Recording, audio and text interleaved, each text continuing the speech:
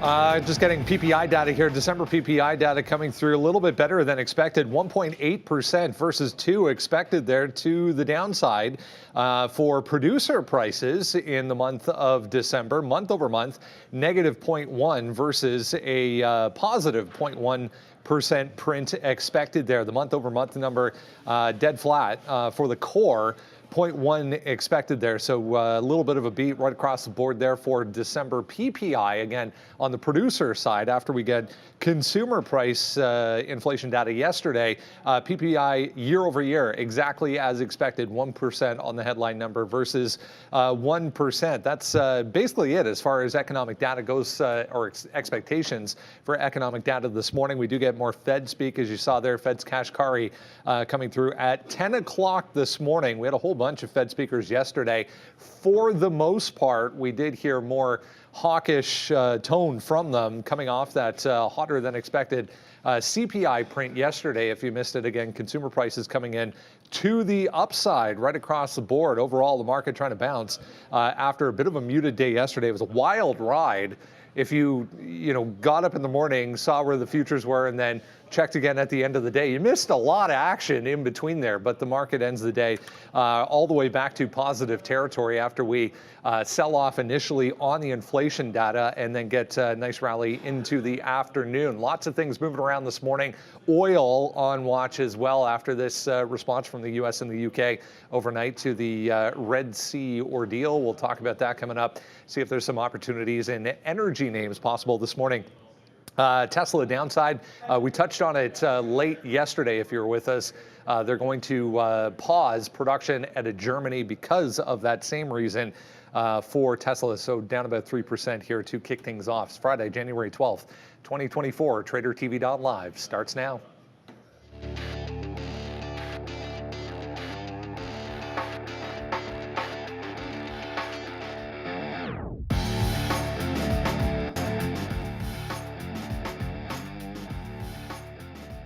Market upside here in a pretty big way coming off this better than expected inflation data here this morning. Typically not a number that can move the market unless it is one way or the other outside of what is expected. There's the NASDAQ or the Q's almost back to positive territory. We did tag positive territory. The SPY as well, or S&P, looking very similar, back to basically break even on the session now, coming off that PPI data. Again, if you missed it, a little bit better than expected on the producer side of things. After yesterday, we get CPI that missed expectations, was hotter, negative 0.1 on the month over month versus a positive 0.1% uptick expected there. Both the core month over month and year over year better than expected. The headline number, though, 1% versus 1% for producer prices. Again, Fed's Kashkari coming through at 10 o'clock as we get going on a Friday morning. Yeah, Bitcoin chopping around here a little bit this morning. Some of these Bitcoin ETFs back on watch.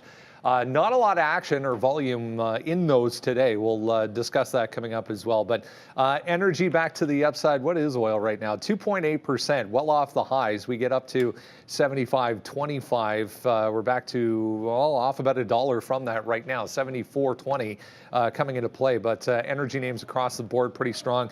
Just seeing Apple going back to positive on the session here.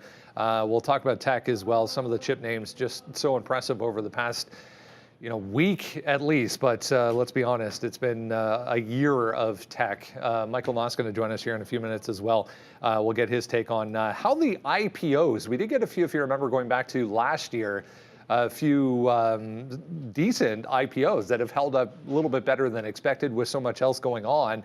It's been easy to kind of put those off to the side and forget about them for the time being. So we'll get an update on the IPO landscape and how they've played out from Mr. Noss coming up.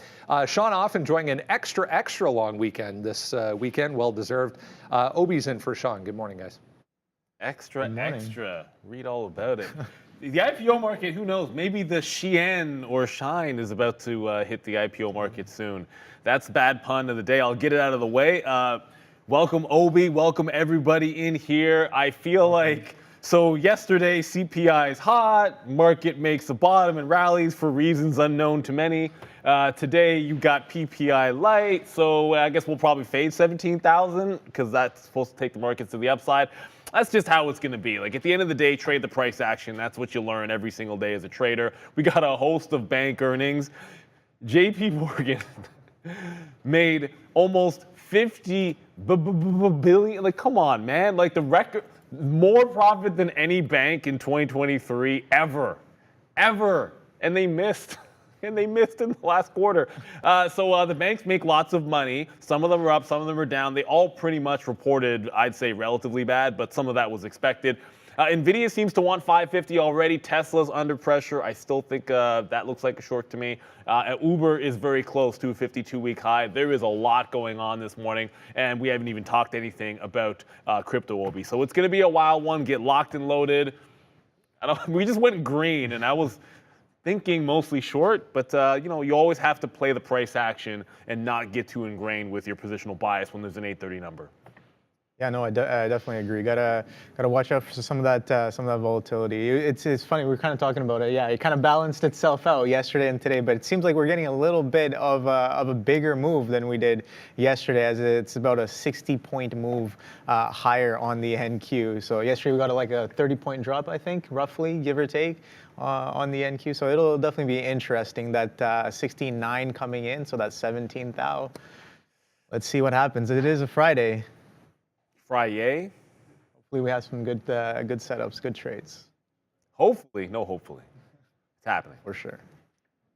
Yeah, JP Morgan, the standout here when it comes to bank earnings this morning. We'll have a look at all of these, but yeah, there it is, 2.3%, back to session highs here. This move in the overall market definitely going to help things out for, I saw Bill Ackman was on CNBC there conducting an interview. They were talking about the banks as well. But I mean, just go out to daily charts on any of these and you'll get the overall picture. But the initial move downside this morning off of the report for JPM, we come all the way back to positive and then some right across the board. Yeah, unbelievable numbers for JP Morgan right out of the gate. Shout out to Jeff Bezos. 60th birthday today for Jeff Bezos. What do you get Jeff Bezos, guys, for his birthday? I don't know, like probably like some kind of a planet or something. He probably has an island, so like we don't really consider Pluto a planet anymore. Like that, when I was young, Pluto was a planet. Now it's just like one of those like dwarf, whatever the hell you call it. So just give him that, and then he's good to go. And the best thing about it is if you give a super rich guy like that a planet, then he's incentivized to battle Musk or do better battle with Elon Musk in terms of maybe like mining stuff out there and exploration. So like secretly, when we just gift him that planet, we're doing it for ourselves because then he's going to help us by advancing space exploration. I have no idea. Like I don't even know what he's into. Oh, I know what you get. I know what you get that guy. Get that guy like a CrossFit membership because clearly he needs to hit the gym more. He's a bit of a beast, man. Yeah. That's the funny. There was that Elon Musk Zuckerberg talk. Jeff Bezos messed both them up. That's for sure. But we're here to talk about the markets. But yeah, happy birthday, Jeff. I'm curious. Well, like, what would you get a guy like that? Like, just I don't know, maybe bring him a yacht or something. Yeah, well, yacht. He's got like I don't know. Come on. He's got yachts. He's got everything. He's got everything he can ask for. So, I mean, maybe not everything, but. Nobody has absolutely everything. There's always something that you can aspire to. That's for darn sure. Oh, who put that live? Okay, first of all, is that you, Fabian, or is that Ramin? A toupee? Really? We're throwing shade?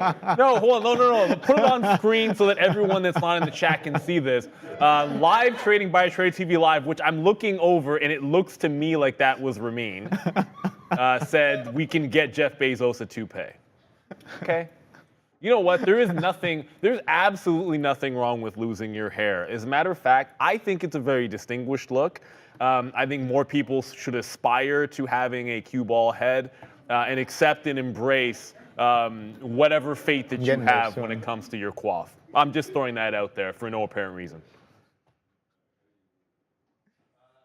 All seriousness, there was actually a positive note.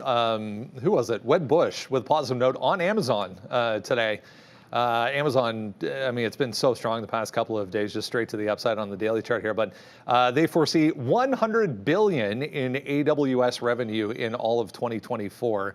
100 billion in free cash flow by 2026, and 100 billion in advertising revenue by 2028. So Wedbush liking Amazon today, giving them the thumbs up. You saw Bitcoin, there it is. Not really doing much, kind of chopping around here a little bit downside. We had the debut, if you missed it yesterday, of the ETFs across the board. I mean, for the most part, it was BlackRock, I think, by the end of the day, that did the most volume significantly. It was 36 million when all was said and done at the end of the day for that IBIT. ARC-B in comparison was only 5 or 6 million. So with 11 to choose from, obviously action going to be spread out between them, but we'll start to see maybe some favoritism going towards the grayscale one. Even was a little bit higher as well on the volume side of things, but we got to move down here late in the day yesterday. We're still chopping around this 45,900 area, but I think it's going to take a while, guys. I mean, feel free to share thoughts here. I think it's going to take a while to kind of sort out the price action, where they should be trading, what the actual liquidity is going to be like, and where the most action is on these ETFs. Yeah, exactly. That's why, look, I sat it out yesterday and then looked back at the price action of IBIT and was like, what the heck were you doing? It was so, some of it was so obvious, but it's all in hindsight. My plan was to not try to trade them and be looking at the things we normally trade. Like, you know, we usually trade things like Coinbase and Mara. But it's going to be hard to ignore this little flat bottom that's setting up here. This is a 15-minute on BTC. Out here on my trading view. So it's about 45.6. I mean, 45 itself is probably a level down. You'll probably have to break a couple $100 down here. And if it does make that kind of a flush, I think you just want to look at the even $50 levels on IBIT. That's the BlackRock one. We're really good. I guess you got to see it on a 3-minute chart. It was pretty wild how it was respecting those even dollar levels, the 28 up top, and then late in the day, like you got right to 27 and pulled back in. So it was like a double top at that 27. The flat bottom break that you see on BTC is just going to correspond with whatever the pre-market lows are.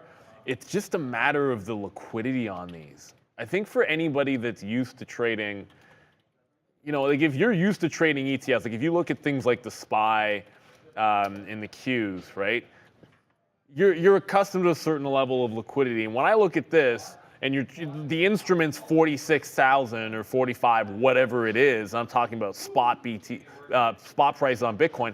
This is 26, and you got an 8-cent spread in the pre-market. You have to understand how much you're giving up there if you trade this by hitting bids and asks. What I observed yesterday, however, is when you got to the even levels, if there was a significant entry or reason to get in at the even levels, there was better liquidity and tighter spreads. When this opens up, there'll be better spreads as well. But I think you got to be very cautious here. If you were a Mara trader 2 days ago, I still think, or Coinbase trader, I still think there wasn't much of a reason to get away from that, because there was plenty of action to be had on Mara. I was saying this in the afternoon show. The daily chart on Mara is just hilarious, man. Like, it's bloody hilarious. I don't know how often you will see something that parabolic, and when it sells the news, hello there, it just goes $5-6 back in every single direction. It's completely ridiculous. It was a huge fall yesterday. I think you have a chance of testing the $20 level today. I haven't marked it off. Let me just go ahead and do that now. It's about the 23.5 to 24 range is where I'm interested. Like if it gets back up there, the rest of the chart just loads. So this 23.5 to 24 range, somewhere in there is if it pops, tries to get through the afternoon high, Bitcoin's not breaking out, I'd be looking for some fades in there on Mara. But if it breaks out to 24, don't fight it, because it's probably headed right to 27. It just seems like when it makes a bottom down here, it seems to always get back into the top over 26. So you don't want to fight it when it's squeezing higher. But if it fails that, then look for a push down into $20 today. It was a sell the news type of event. And as long as that trend continues, I do not think that you want to be fighting it. There was a bit of a also transition over into Ethereum as everyone moved on. It's like, okay, great, we got the Bitcoin ETFs. What's next? Next is going to be ETH, although we already have it here in Canada. Thank you, Purpose. Bitcoin and Ethereum ETFs we've had for a few years now, although they charge like a 1% fee. So now there's going to be some competition. And we have the option now of going to some of these cheaper ones in the States.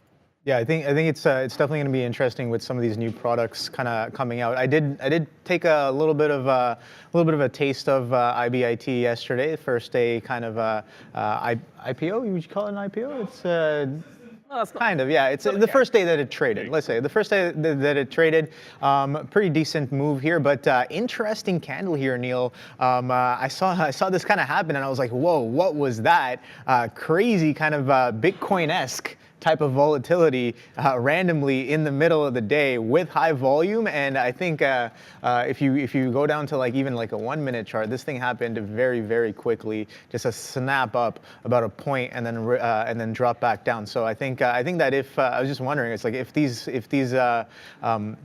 products continue to have this kind of volatility, that's definitely going to be interesting, something maybe to watch out for, or maybe something to watch for as well. So I think it can be used in interesting ways if we're going to behave like this going forward. But good times in store for sure. Absolutely. One more thing in there. David Moore made a good point. He's like, yeah, they weren't tracking that well, and that can be an advantage. And when we say tracking tight Bitcoin, to the Bitcoin spot prices, that can be an advantage because there were some moves that if they get exacerbated and you're watching spot, there are some arb opportunities in there, like you can fade something that maybe breaks a little bit too far. So there was a little bit of that happening. That settles down pretty quickly. So usually, the first couple of days that it trades, or maybe it lasts longer than that, you'll see those outsized moves. Obviously, the purpose ETFs here in Canada, I mean, they're boring. I mean, there's no point even watching their charts. You might as well just pull up a chart of spot Bitcoin prices. But I feel like that's an advantage if you think it's one that'll be there only for a short period of time, generally speaking. I was just looking at the Fed funds futures here. Hey, there's Michael Noss. Mr. Noss, good to see you on a Friday. I was just noting here, the Fed fund futures now pricing at 160 basis points of cuts for all of 2024. That's actually higher than it used to be. So kind of strange coming off inflation data yesterday. Anyway, as I was saying when we came on this morning, we're going to touch on the IPO landscape as a whole.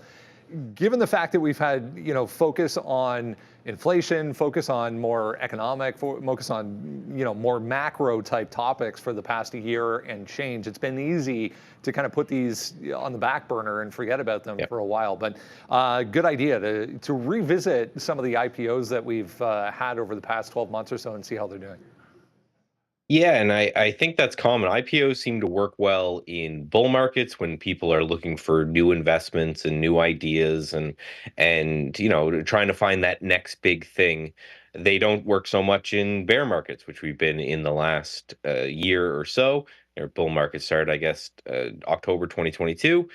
And now that we're sitting up near new highs, and I've kind of put out my thesis on Monday's episode about how I think we're in for a couple choppy months, and then probably a bullish half of the rest of the year, makes me start to think, okay, now is time to start to go back and look at these things and build lists, try to figure out if there's going to be another IPO kind of craze or just some good investments in these names, because you always got to remember Apple was an IPO once and Amazon was an IPO once, and all of these things started somewhere. So I went to, and that's just the first slide, is my favorite scan. We have one. As always, you can hit me up on Twitter. You can go email info@trade-ideas.com, and they can hook you up with this if you are a Trade Ideas member. If not, go to, I guess, the link on the screen right here, and sign up there, because this scan, what it does is it takes all of the IPOs, and we classified IPOs, anything that's within a couple years, I think 2.5 years,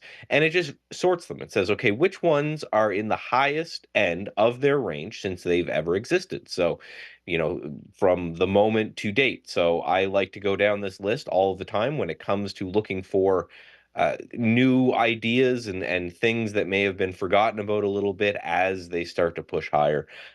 So it's been a while since I've just hammered out a list of stocks for you, but that's what we're going to do today. So the first one here is SVV. This is Value Village, of all things. But one thing, and I know, excuse me, I know you have Brian Shannon on all the time. One thing that he loves to do, and myself as well now, learning from him, is take an anchor VWAP from that IPO price. and then say, hey, are we above or were we below that? And basically what this is just telling us is the average market participant from when the company was created up money or down money? And that's a pretty good sentiment shift when it comes to these IPOs.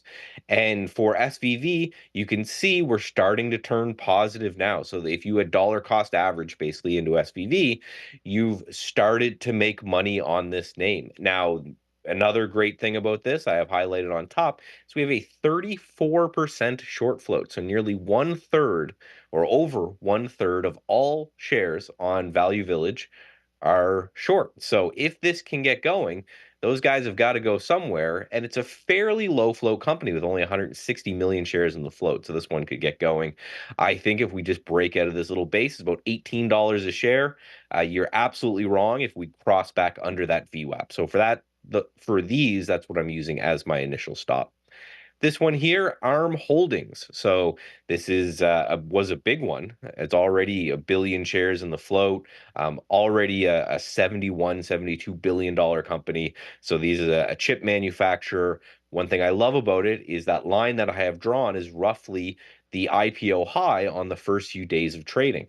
It's broken that, and now it's come back to hold that number, and that's sitting about $70 a share. So if ARM can hold 70 and start to push higher, I like the look of this one.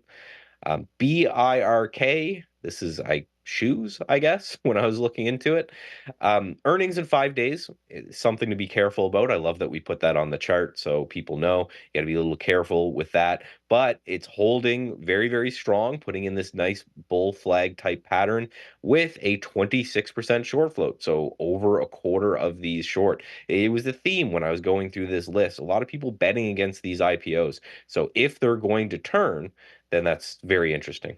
So another one here is Kava Group. This was one that was a buzz a long time ago when it came up and then completely kind of fell apart, putting in this little cup and handle style pattern. And again, I anchored the VWAP from the high just to say, hey, if you started to buy Kava at the worst possible price, well, you're now up money on it, and it's putting in this little base with a 12% short float. So again, a lot of companies seem to be taking bets against these shorts. Last but not least is PHIN.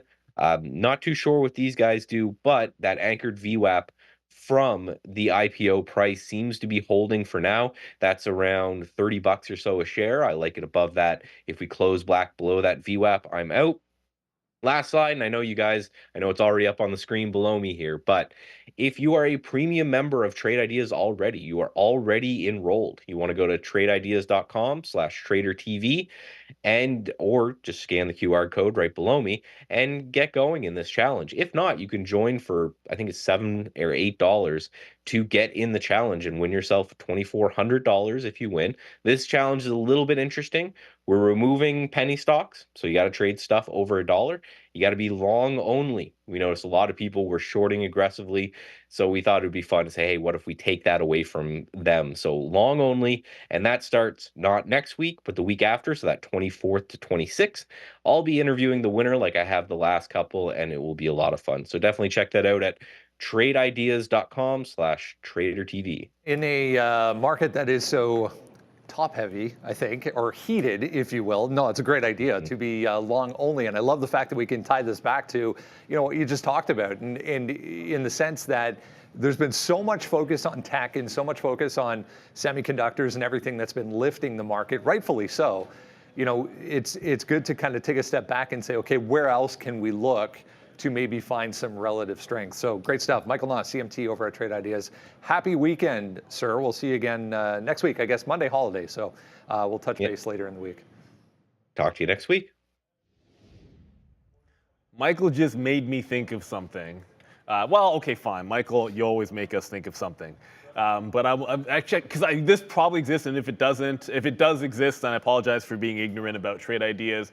But it would be really cool, and again, I have United Health up just because I was looking at this and they report earnings, but we have like the short float in here for each individual stock. And I have a bunch of different scanners that I also will use, like all the up gappers, down gappers, high of the day, Momo, all that stuff. Haven't started my races, breakdowns, pull back to prior resistance. Like I have all kinds of stuff in there.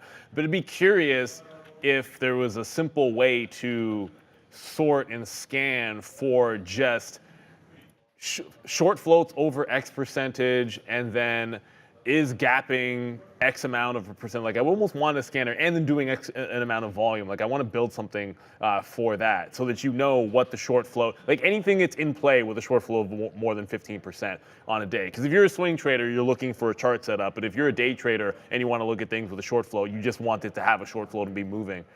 So there's a thumbs up that can be done, which I'm sure it can.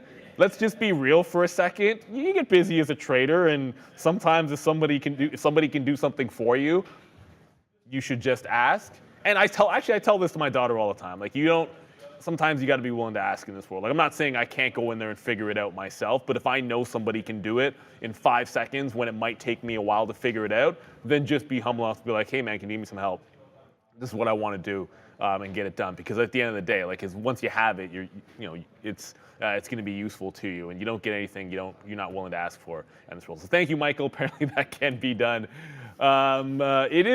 This market, it did not get to 17,000. It's back to red. I was actually looking to fade a couple of things on that move, so I'm just going to, before we get over to some upgrades and downgrades, I was going to mention AMD. You know what happened to me yesterday, not being patient enough on AMD. I was looking for pushes back into the 148.5. Extreme test of 150 would have been a fade. I think I already mentioned Intel. I have orders out in front of the 48. It's basically flat on the day, but that was a great level for a fade. Rivian, I'm kind of looking the same thing. So there are a few setups that I was looking for. Maybe if we could have pumped a little bit higher off that open, that could have gotten interesting for us. But the futures, after that initial pop, it seems like I'm just going to do this and go to my black chart for you guys. We didn't even break through the overnight tops. In the afternoon high, 16.98 on the NASDAQ, that just held. You would have thought maybe you could get into that 17,000 realm, where I think would have been a little bit easier to say, okay, we get way up there on this PPI. I think for sure I would have wanted to fade that. And there was also a really great discussion, and we'll get to Tesla. When we talk about Tesla, I'm going to include Obi, Max, and I were talking about Tesla this morning. And so we'll have some interesting thoughts, and it won't just be ours about Tesla. Yeah, no, I think you said you're looking for that. You're looking for a continuation on AMD there. Yeah, well, it failed that same. Like I like the idea. Look, it was my first short yesterday, and it was like my second worst stock, and it basically did everything I would have wanted on the back end of the trade, and I traded it twice on the front end of the trade. So it was one of those days. Like it was the day maker. So you can be all right about a level and all right about where you think it's going to go off that level, but execution and patience is exactly what's going to make you profitable or not. Yeah, no, okay, yeah, that's what I'm going to be looking for today. I'm going to try to be patient and see what we do with this 150, because clearly, both 2 days in a row, 150 has been quite heavy. So definitely on my watch list today, AMD. But with the market kind of raging the way it is, it could be a little, we got to be a little wary. Got to be patient for sure. Maybe one of these names that we like for the south side will be on the downgrade side of the board for a change. Let's find out with Adara at the green screen. Yeah, lots of interesting upgrades and downgrades today, including an upgrade for Qualcomm from Citigroup relating to handset inventory and handset. So that's definitely something to keep an eye on there here as well. Twilio getting an upgrade from Piper Sandler. Netflix getting an upgrade from Oppenheimer after a strong week, including lots of good catalysts for this name yesterday off of that monthly active users for the ad tier. And last but not least for upgrades, Live Nation getting an upgrade from Roth MKM. For downgrades, we have Anheuser-Busch getting a downgrade from XA and BNB Paribas. 2 downgrades from Barclays today. ZoomInfo and Snowflake. Snowflake getting downgraded due to over competition in the AI space, which is an interesting one for sure. Last but not least, Vulcan getting a downgrade from RBC Capital Markets, guys.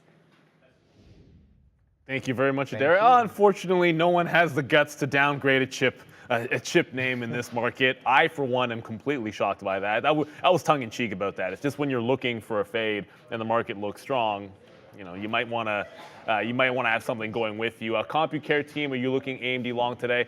No, I think it's, unless you're breaking out that top, like if it shows me strength above 150 and breaking 151, like I don't mind that, but resistance level on Friday after the way yesterday planned out, it's hard for me not to want to short the tops on something like an AMD. If you were to get down in 44s, then that would be a different story. But the other thing there, Qualcomm, maybe not something we always trade, but alert to anybody that does. Like, it's this kind of thing that if you trade this stock, you should be aware of. 135 hold, a bit of a consolidation here. Let's draw it for you. I'll just make it really dirty like that. That's kind of good enough. So you have a nice little consolidated bottom. And the good thing about it is it already put in, there's your wipeout low. Then you recover to close at about 130, just above 136 there. Hold that line in the sand, make a top just above 140. That top holds. And then yesterday when we flushed and everything rallied, look where it rallied off of. So you got some pretty defined levels. And now it's gapping and consolidating above that resistance zone. So this is a stock that it's got the catalyst of the upgrade, I suppose, but then you have a chance to hold on to the 140 and room to the upside. Not the one that I trade. Like, the ones I'm trading. I mean, I'm looking at Intel, some NVIDIA, 100% AMD. Sometimes we'll be on some Micron or some ARM. Qualcomm, not really a stock that's in my wheelhouse, but that setup certainly is a setup that's about as clear as day. Like, you just don't fight it if it can't hold 140, and if it's holding the opening range above that previous high, you just look for continuation longs. Continuation longs and shorts are so easy there, Brendo. All right, let's get into everything you need to know this morning as we head towards the open on a Friday. Yeah, it's back. We had that outage yesterday, unfortunately, but go to watchlist.tradertv.live. Enter your email address, or you can scan that QR code and get that for free, delivered right to your inbox every single morning. Banks top of the list, as they should be, as we kick off earnings season officially as of this morning. Bank of America topping EPS. They're a little bit short on the revenue side. I'll just sum it up for you. Wells Fargo as well, outperforming across the board in both earnings and sales, but the forecast was a little bit of a questionable number for WFC, JP Morgan as well. They did see a drop in profit despite a huge revenue number and growth continuing on the revenue side of things. They also had $2 billion plus charge because of the bank failures that happened earlier in the year, and they were absorbing some of that. So if you remember, so across the board, JP Morgan, top of the range right now. We're way up here this morning. This daily chart tells the story, though. It has been pretty impressive, guys, for the banks. Well, that daily chart tells a pretty interesting story. There's no question about that. I mean, obviously, look, JP Morgan, we're saying how much profit they make, which is completely insane. Record 2023 revenues for any bank. But we were just sort of saying amongst ourselves before we even came on air, 173 was your high. And if you pop this to, here, let me actually show this one off, how you can just sort of change time frame this way on Trade Ideas, because it's actually kind of cool. Instead of pulling up my weekly chart, I can just kind of do a picture-in-picture and go from daily to weekly. 173 is even bigger when you pull up the weekly chart. Like, it's not just that you're trying to break out the top here on the daily, you're trying to take out the top going back to 2021 highs on JP Morgan. So I think in situations like this, I try to get as simple as possible. 173 is a monster level. I understand there's earnings, and yes, you want to keep your ear to the ground and all that good stuff, and anything can happen, and selling, whatever it might be. If it's holding 173, don't look short. If it's under 173, you can look short. Above that price, it is in the midst of a gigantic breakout level, regardless of what you think of the earnings are. And underneath that price, it's failing that high. So that's the only thing that matters to me. And what's crazy about it is it's almost so obvious that it's like a trap, because 173 has been holding since the gap up. These are dark pool wicks. It's been holding 173 the entire morning since they dropped the earnings. Like, you can see the consolidation here. So I'm suspecting at 9:30 that there is going to be pressure on that level. So if it breaks that level, I personally wouldn't hammer it short right at that moment. I'd want to see the reaction when volume comes back after that opening print. So I'd give it a few heartbeats to see what it wants to do off the open, because I think it's setting up for a bit of a trap at that 173 level. But if it starts trending away from it in either direction, I think you just you try to play the trend off the 173. It's the only bank I'm looking at today, because none of them are at a level as big as this. Yeah, no, for sure. JPM definitely number one on my watch list as well. But I am looking at some of the other banks as well, just to get a gauge on how the whole kind of the banks that reported today, how they're looking as a whole. And I'm seeing that Bank of America kind of looking the opposite way. They're fading off quite strongly off of its earnings reaction, as well as Wells Fargo. But yeah, JPM super strong as well through that. I definitely agree with that 173. That 175 is definitely interesting as well. And where's that last one right there? So we talked about Bank of America. It's Citigroup, of course. So Citigroup kind of looking a little bit more similar to JPM with that strength and a little bit of a pullback as well. But this 55 level right here, just underneath, seems like it was a resistance in the past couple of weeks there. So we did wick off that same area on the earnings reaction. That's the earnings reaction high right there. So I'll be curious to know whether or not we kind of continue this fade off of this 55 said resistance here on the day. But with JPM being that strong and the market pushing and attempting for that 17th thou, we'll have to wait and see. I think patience will definitely be a virtue today. All right, it's been a rough couple of weeks. They're just talking about BlackRock on CNBC. I saw it pop up in front of me. It's been a rough couple of weeks for Tesla shares, going 260 essentially all the way back to, we're way down here, 220 as of this morning. This was late yesterday. If you're with us in the afternoon, Tesla came out and said they're going to suspend production at Giga Berlin due to the escalation of what's happening in the Red Sea and supply chain issues resurfacing. Because of that, once again, did a little bit of digging late in the day. There hasn't been updated production numbers for, I mean, you had to go back to August, I think it was the most recent one that I found. Coming specifically from the Berlin Gigafactory was about 4,000 or 5,000 a day, and they're going to shut that down for a 2-week period at the end of the month here. So Tesla 1, 2, 3, looking at 4 days red here in a row, guys. Yeah, and it's hard, like, that's that number, when you sort of extrapolate that out, like, you do get to, you know, roughly like it's hard to make that extrapolation, but you get to roughly like a quarter of what their yearly productions were. Like, it's not a small deal, and it's starting to, the bad news is starting to pile up there. You had the Hertz issues with demand, and then Hertz making some sales. Then you throw in the escalation overnight as well, in addition to this in the Red Sea, which any potential production shutdowns, you don't know how long these halts are. Well, the more the tensions rise or stay at a higher level, then that can just elongate this and make it worse for something that was already in a downward trend. And that's the issue with Tesla. The market's been in a bull market, and Tesla on the weekly is still putting in lower highs. Unfortunately, it's forming a bit of a wedge, because since the bottom you've got higher lows, but that's under threat if 200 gets taken out here. And I'm not saying we're going to 200, but we're just talking about this. Like, is this not telling you that it's setting up, now that we're at on the weekly, the 50 and 200 moving averages, are we not setting up for a test of the 200 level? That's what it feels like, and the stock's been very heavy. Candidly, you guys all know that sometimes when you feel the most bearish about Tesla, that's when it starts to get bullish. But it just broke down the 200 period on the daily at 230. It's hard not to be thinking about shorts back into that level. Now, this was observed by some traders here. The 220, 226, 227 area has a ton of order flow going through and possible sell resistance, and that's right around where we close. I'm thinking fades back into 225, and if it never gets there, then I want to work off of the bottoms and try and take the stairs to the downside. If it does one of these quick flushes where there's no chance to get in, then I think first consolidation, second consolidation when it calms down is what I want to look for. If Tesla's along today, I probably end up sitting it out as a way to go. And then Rivian, I'm right back to what we were doing yesterday and the day before that. If it tries to sniff 19s, I'm still looking short at that price. So it didn't really work out shorting that 19 breakdown 2 days ago. It then worked yesterday in the morning, in the afternoon. Shorting off the 19 level would have worked nicely for you if you took it. So you're 1 for 2 out of those days with one big move and one good move, and then a couple of small losses.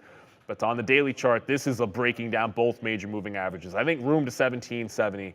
So if we get a pop, I'm looking to short into that 19 level on Rivian, which I think has a bit of a better chance to hit than, say, that 225 to 27 area on Tesla. But you never know. You got to be ready for it.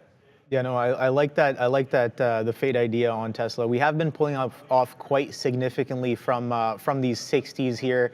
We saw the action there, and bit of a consolidation low break here. Pretty much very distinct in the end, going into the end of December, the beginning of January. This 232 area, strong bid attempting to push towards those highs there, but we finally broken that that push, and then with the negative catalyst coming down as well, I think this is poised for a little bit of a cool off. But again, I've noticed Tesla's a little bit of a name that can easily go a little further than you expect it to. And yeah, I think a little bit of a pop up into these 230s or even the 228s right here. You can see this low right here. That's where this buying pressure kind of came in, and that was the consolidation high end of day yesterday at that 228 and some change. So I think a continuation fade, if we do get back up into these areas, will be interesting to look for. Again, I will have my eyes peeled.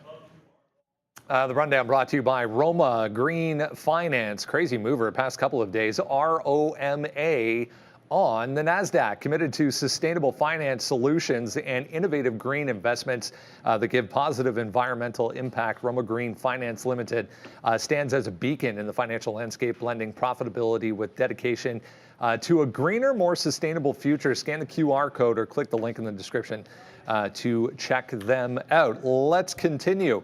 DAL down 6% this morning.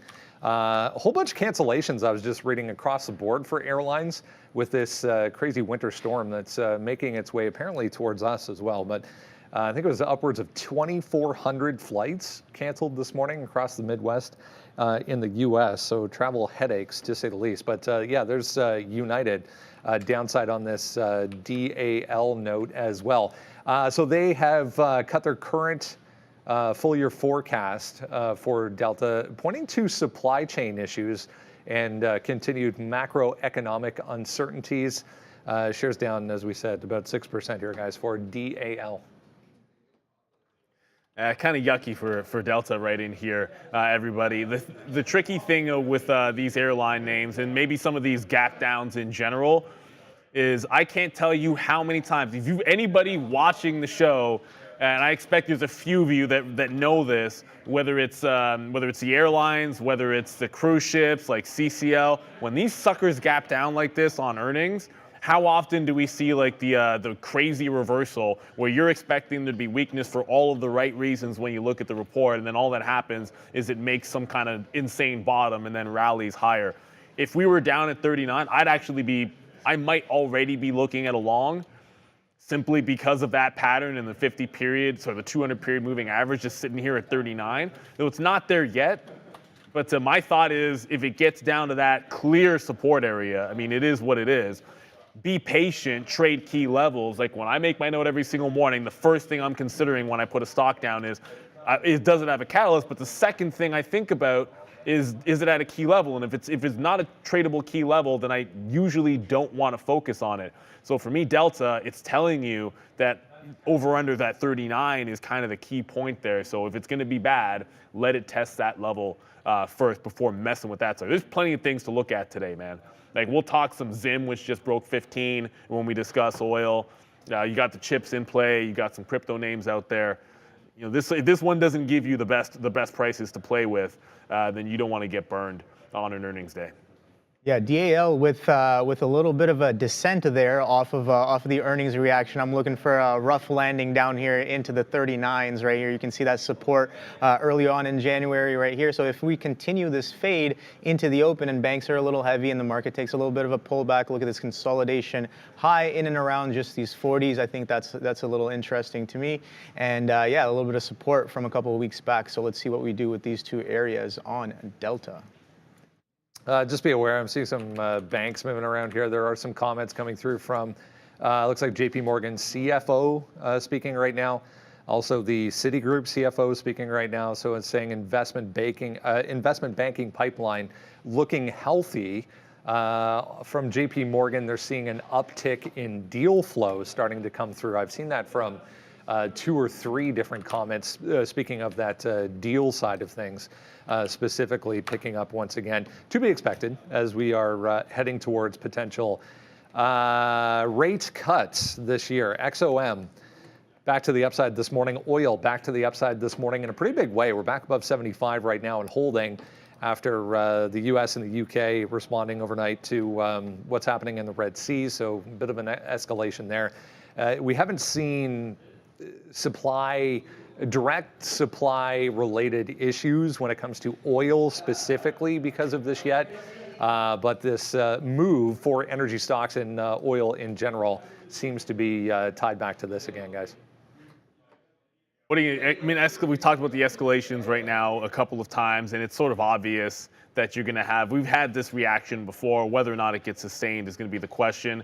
You probably, if you're not paying attention to the Buffett bottom, I don't know what's on OXY, then I don't know. It's been probably the easiest swing entry, or when we dip down there, just take your shots at it. It's looking like it's trying to do it again, and it's getting the assist from oil futures right now. So if you're holding on to it, didn't get to 55, it got to 57 this time, but it's been bottoming in somewhere around those prices every single time. If this is a move to 60 to 61, I just think you want to be on board. Whether or not it can actually take out like a 59 level, which I think is the key one today, that remains to be seen, but you've got plenty of dip buy areas. Just look at the resistance the last 3 days sitting at about 57.60 on OXY. That's about as clear as day right in here. If you can hold on to that, I think you kind of grip it and rip it. But it's oddly enough not the first place I'm going. I said we talk about ZIM integrated shipping because they're the 24% short float shipping name that everyone seems to look at when we get this escalation, and it's trying to break out here through 15. This is 15 and a quarter, going back to the beginning of the year. But if you go all the way back out in the daily, you got 1570 as well. Sorry, that's 1560 on the daily chart. So you got a couple of monster levels for breakouts on ZIM. And as I said, it's a 24% short float. It's got the catalyst. Look at the stair step to the upside. Break, pull back, consolidate, break, pull back, consolidate. Today, it's looking for another breakout. I don't think this is one I would want to fight and fade. Sure, it could always fail those breakouts, but the way I look at it, when you have a great breakout trade, example in NVIDIA 500, and it goes, you should be able to, as long as you're reasonable with your stops and you actually adhere to your stops and don't just buy on the way back down, you can lose 3-4 times for every one that moonshots. And so when something sets up like this, you just want to have it. I still like some dip buys just because you have this kind of a gap. So a separate trade would have been buying into the 14 level, but this wants to take out the top. I'm going to go for the 1525 breakout. If it breaks out 1560 as well, that's another spot to go to look for a break. But I want to be looking for that huge trade on ZIM. And you're willing to risk it back. If it can't hold on to 15, that kind of gives you an easy out on the early break. Yeah, I'm watching XOM when it comes to oil today, and yeah, some strong pushes back into the 100, and we're coming in and around that 100 once again. So I'm curious to know. We have been stepping down quite significantly from some of these highs early on to mid. From middle of last year, in and around these 120s, and a strong fade, and now we're back down to 100 over the past couple of weeks. So definitely a decent look. Bit of a range here, 104s down into 97s, with 100 being roughly in the middle end of the range there. So I think that if some of these extremes kind of come in of this range, I think XOM could be a potential look with oil being strong. Worth keeping an eye on oil itself. Downside right now, we've already retraced from 75.20 back to $74 right now. So down, a full dollar and change off the highs, but 2.7% to the upside right now for energy. Upside for the market right now as well. Back to positive for both the S&P and the NASDAQ, 0.8 or 0.08, I should say. For both. Yeah, Snowflake not positive at all. 2% downside, kind of chopping around at day lows. It's been a pretty good month and a half or so for this one as well on the daily chart for Snow. Barclays with the downgrade this morning, going to equal weight with a 198 price target, so we're well off that. But $200 up here, definitely a wall for Snow, guys. A wall of snow. That's not what you want to see, and hopefully this storm that comes through isn't too much. Well, I don't mind some snow on the ground. You know, I want to do all the fun stuff. I want to go tobogganing. My daughter's been incredibly disappointed at the lack of winter activities here in Canada. But, you know, everyone be safe if this storm is as bad as they say. Look, Snowflake, the good thing about the daily chart is into that 200 level, you're making higher lows and all that good stuff. But when you pop up to 15, it doesn't quite look as bullish, right? Like you just broke down underneath what was the next step of support. Usually, to me, that means you're looking shorts underneath 195. You're a bit of ways from it here today. So as the market is rallying, it's crazy, right? Like this is. How relentless is this market just in general? So as the market's rallying into this 17,000 level, if it were to press up and fade off the top, suddenly this gives you a stock where if you're looking for that curl, it's weak already, relatively weak already. It sets you up for previous support into resistance. So it can be breaking out today, still be red, and getting into a potential resistance zone instead of potentially maybe fighting something which is like a rocket ship to the upside and looking for a short at that top, which I think we get some tests on in the futures here. So I think this does provide you a trading opportunity, even if it's not at the top of my list, even if it's not something I put in the morning mix. I just want to quickly throw out Zim pulling back in here. I have my order to break long, but I am willing to dip buy this stock as well if it tests 14. Yeah, I think that's a good look there, Neil. We kind of this support, we did crack it, and we did crack it after attempting to push through this 202 3 times post earnings, right? So we had earnings in and around November. We popped up, we consolidated above the earnings reaction high, pretty distinct consolidation, and we tried to push through it a couple times, and we're pulling back a little bit off of those attempts. And I think that this support right here could be pretty significant, 180. But I don't know if we're going to get down there. I don't think. I don't know what the ATR off the top of my head is, but we shall see. With this support breaking, I think it definitely has a little bit of room to go to the downside for sure before it catches any sort of demand. Did you just say you don't know the average true range of Snowflake off the top of your head? I mean, every trader worth his salt knows that Snowflake's average true range is exactly $5.60. I mean, let's be real about it for a second. I mean, I memorize these all the time because I just think you have to have that kind of that mentality where I just need to know all the facts. So when I'm looking for that move, I know exactly what it's going to be there. And of course, I'm completely full of crap because I just looked up at Trade Ideas and it's an average true range of 560, and it's an important thing to do. Another reason why I like Trade Ideas, because it makes me look smart for a half second there. But that is worth a watch. I do want to pivot over to something that is not funny, and that is Boeing is down again. So I think I don't know if we're going to Brendan for a bit of a story here, but Boeing breaking lows, down 1.5%, and actually at the low of the day, the daily chart. Well, it's yuckish. What's going on here, Brendo?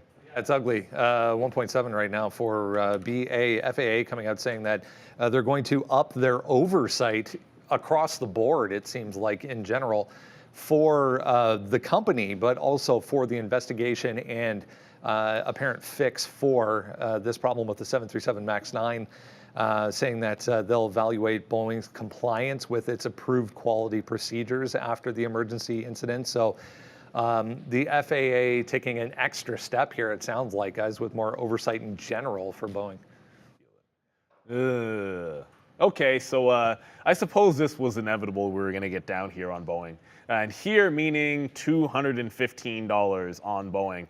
That'll be the 200 period moving average. What a great run the stock had been on before. I mean, obviously, as usual, can't get out of its own way. So if it's going to get to that price, there's a lot of room. 220 is going to be almost way too obvious. Let me zoom it right in. There's been a seller here just underneath the 220 level. It's not a ton of volume pre-market, but if we're not breaking that, I think you're looking grip and fade on Boeing again today. If you're trading these, sometimes you want to be looking at SPR as well. If you're trading this, sometimes you want to be looking at SPR as well. And that big $27 level, there's already someone trying to sell 17,000 shares when the volume's like 56,000 on the stock and someone's on the offer for 17,000 shares on SPR. And I might as well just show you what I'm talking about. So someone just wants to sell something here at the open on SPR, and it looks to me that's sort of following lock in step with Boeing. This one can give you just bigger percentage moves. That's why I bring it up. And I was just asked about Mara. We did talk a little bit about that one, but I wanted to get into what is usually on the plan every single day. I didn't put this one in the morning mix because it's like every single day it's the same sort of thing on a firm. So if it's going to be basically the same thing, I just didn't want to be repeating myself over and over again. If we get to the 44 level, it's been great resistance. You've been stair-step down. So there've been these spike highs above 44 or into 44 where I will look to fade it. And once it shows me the back end there, I'm going to go for it. It's got some of that buyout stock. But also, if it fades the afternoon levels, like right here, 43 right away in the open, I'm still looking for shorts. The cautionary tale for a firm is how big it bounced and then actually held that bounce. So this is not one that if it's not working at the open, like if I feel like I'm fighting it too much, I got to be willing to get away from it because it gave a really good rebound. Doesn't mean it can't be a good short after one of those big rebounds, but you got to be careful with it. Yatube, Tesla's at 220.50. I need more than that if I'm going to fade it. I want to be real careful with Tesla here today, and nothing crazy. It's only 925 here, so when you look at early looks on the imbalances, you're not going to have anything big generally till 928, and not a lot is standing out, although I see IBIT there. So the BlackRock ETF has a 280,000 buy imbalance early, but not a heck of a lot going on there. Tesla does feel like it's going to be the one du jour as the market's at 17,000. I'm not filled in Intel, so that must not be moving higher. Rivian must not be moving higher as well as I look up. And Tesla is not moving at all. The market has bounced 100 points on the NASDAQ, and Tesla doesn't even want to go more than a couple of cents. That's not the best sign in its world for its strength. And I can't believe it's 927 and you haven't said a word about Amazon, Obi. Yeah, Amazon, I literally just wrote down a couple of things on Amazon. I was like, okay, I did have a couple levels down. But again, not necessarily in play when there's so many other hot names on the board.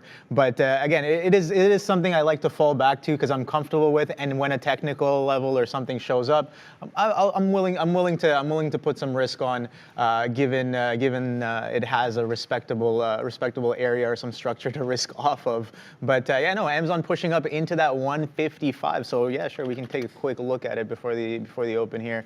I don't plan on doing too much right off the open. Again, like I said, I'm doing my best to exercise some patience here today. And yeah, Amazon right there. We saw how heavy that 157 was. Not just Amazon. If you pull up the 15-minute candle on the NQ, you can see that this candle right here in and around that 930 and 945-ish, heavy wicks to the upside, and we only kind of sold off of that. So I'm curious to know whether those sellers kind of step in across the board again today, or we kind of blast through those prices. But yeah, some distinct action as of yesterday, still holding this trend very, very well, even though we did sell off quite nicely into the middle of the day, and then we recovered quite nicely as well. A bit of a V-shape recovery on the day across the board on most of the names there. But yeah, nice strong trend, and we're holding some of these levels as well. So I'm curious to know whether or not we push through this 157, but this market, super strong. 17 thou. I'm waiting for 17.1, Neil. The market's definitely putting you to the test. That's why a little bit of patience. I feel as if I might have already been short something if it wasn't for the lessons learned yesterday. Despite loving some of those shorts, you really had to be patient with them. So we got about a minute and a half to go. I just saw some penny stock jump up there, but it's basically the same names and for light size on this imbalance locator. NIO is a sell of 300,000 shares, but note that it's going to open at about 740. So $7 on NIO. You know I like it. I might take a second shot at Fisker as well at that $1 level. Remember, it bounced off a buck, went to 110 yesterday. Let's go to the desk for Brendan before the open. Just be aware here, guys. Tanker firm Hafnia, which is mostly concentrated on oil shipping, has halted Red Sea travel indefinitely, they're saying. So there was an uptick there for oil, back to 3%. So we did bounce off 74 there pretty hard for oil. Doesn't sound like it's always the best. Dan, Sean is having a long weekend. A longer weekend. We're not here on Monday because it's MLK Day, but he is going to be at the rink today. We confirmed that yesterday. You know where Sean is when he's off, and he's You know what? Actually, I think it's Gia. I think Gia has a tournament. I'm going to say it's Gia, but I could be wrong about that. Not sure, but he's definitely at the rink. He's got to do the hockey dad life. For anyone looking at Coinbase, just very quickly, with less than 15 seconds to go, Coinbase is fading this 140 level as we speak, as the market is headed to the upside. I like Mara a little bit better, 144, 140 on Coin. Those are the two levels to watch for some fades. But let's ring it. End the week in 3, 2, and 1. Let's go. And right off the bat, I think, look, it's on bank earnings day. The over-under for me was on that JPM. Can it hold the 173? I did not want to be in position in front of that level. But right now, it's doing a bit of a battle. I'd rather we test 173, show me the buyers, and then join. This might actually just want to break out that top. That's the other way that this could go. Futures backing off a little bit, back under 17,000. No shorts have filled. Zim's still in the pocket. That's not really going. Tesla's trying to creep up, but not where I want to fade it just yet. So got to pack your patience a little bit here because we're right at that 17,000 level. I don't think you want to jump the gun. Yeah, I'm just, like I said, I'm going to be patient here. That 75 on JPM, definitely interesting. Mara popping up as well. I do have a couple plans for Mara. Let's see what it does into yesterday's range. I like IBIT. Also, I did take a dabble, as I mentioned before yesterday, and I'm willing to stay a little involved here. Bitcoin still holding in and around that 46,000 level. A bit of a chop for the past few hours there. And there goes Tesla. What's Tesla up to right now? Tesla just broke the highs. You know, it only got to 221, so it looked like it was going to break out. Then we'd have to start thinking about the short. JPM does not want this smoke at 173. It's holding the high of the day as we speak. Give me that dip in Zim. Zim's not dipping underneath 15 at all. That's 173. Looks like it's that line in the sand, and I don't wonder if you don't look for the long soon, because the longer it holds up here, the more it's just going to be a breakout at that 175. Zim's about to take off the top. I think that's going to end up being the first position. I thought I'd be fading something as a first position.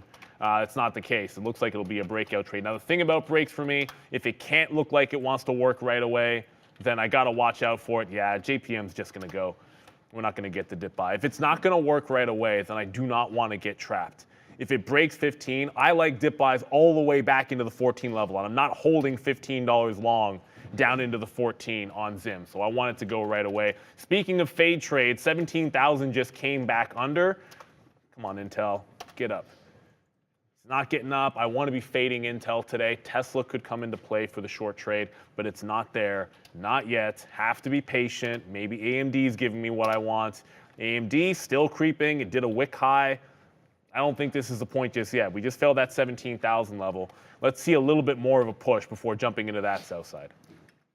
Yeah, so bit of a fade here, both on the IBIT and the Mara. So I do like that. I do like that look. We're going through pre-market lows right now. JPM though, super strong. We did break through that 175. So yeah, congrats to anybody who had that 175 long idea off the pre-market push, and we are blasting off higher and higher. So that's good to know. I did kind of have some of those levels in watch, but that 173, I think I'll definitely be waiting for that.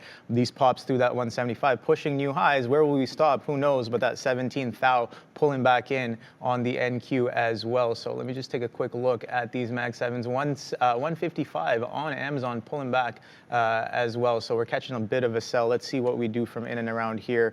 But I'm going to be staying a little bit patient here. Again, not fully. How do I want to say this?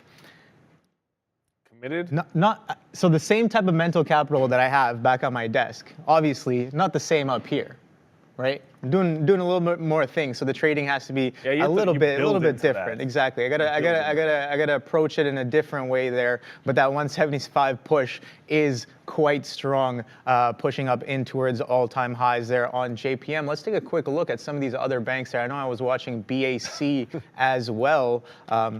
Thanks, John Reinhardt, for noticing. Apparently, you guys caught me cracking my back there. We sit down all day long. Sometimes I roll every single morning, but sometimes it's still a little bit tight, and you'll see me do that every now and then. So I was just in and out of AMD. I do not want to fight this stock. So when it failed underneath 140, could come to my chart there for a second. When it failed underneath 148, I jumped in, got out almost immediately. I think I wait a little bit more for the back end here, but now it's looking more like that back end. Zim just failed underneath 15. I do not like getting the trap on a stock like this off those bottoms, off a breakout.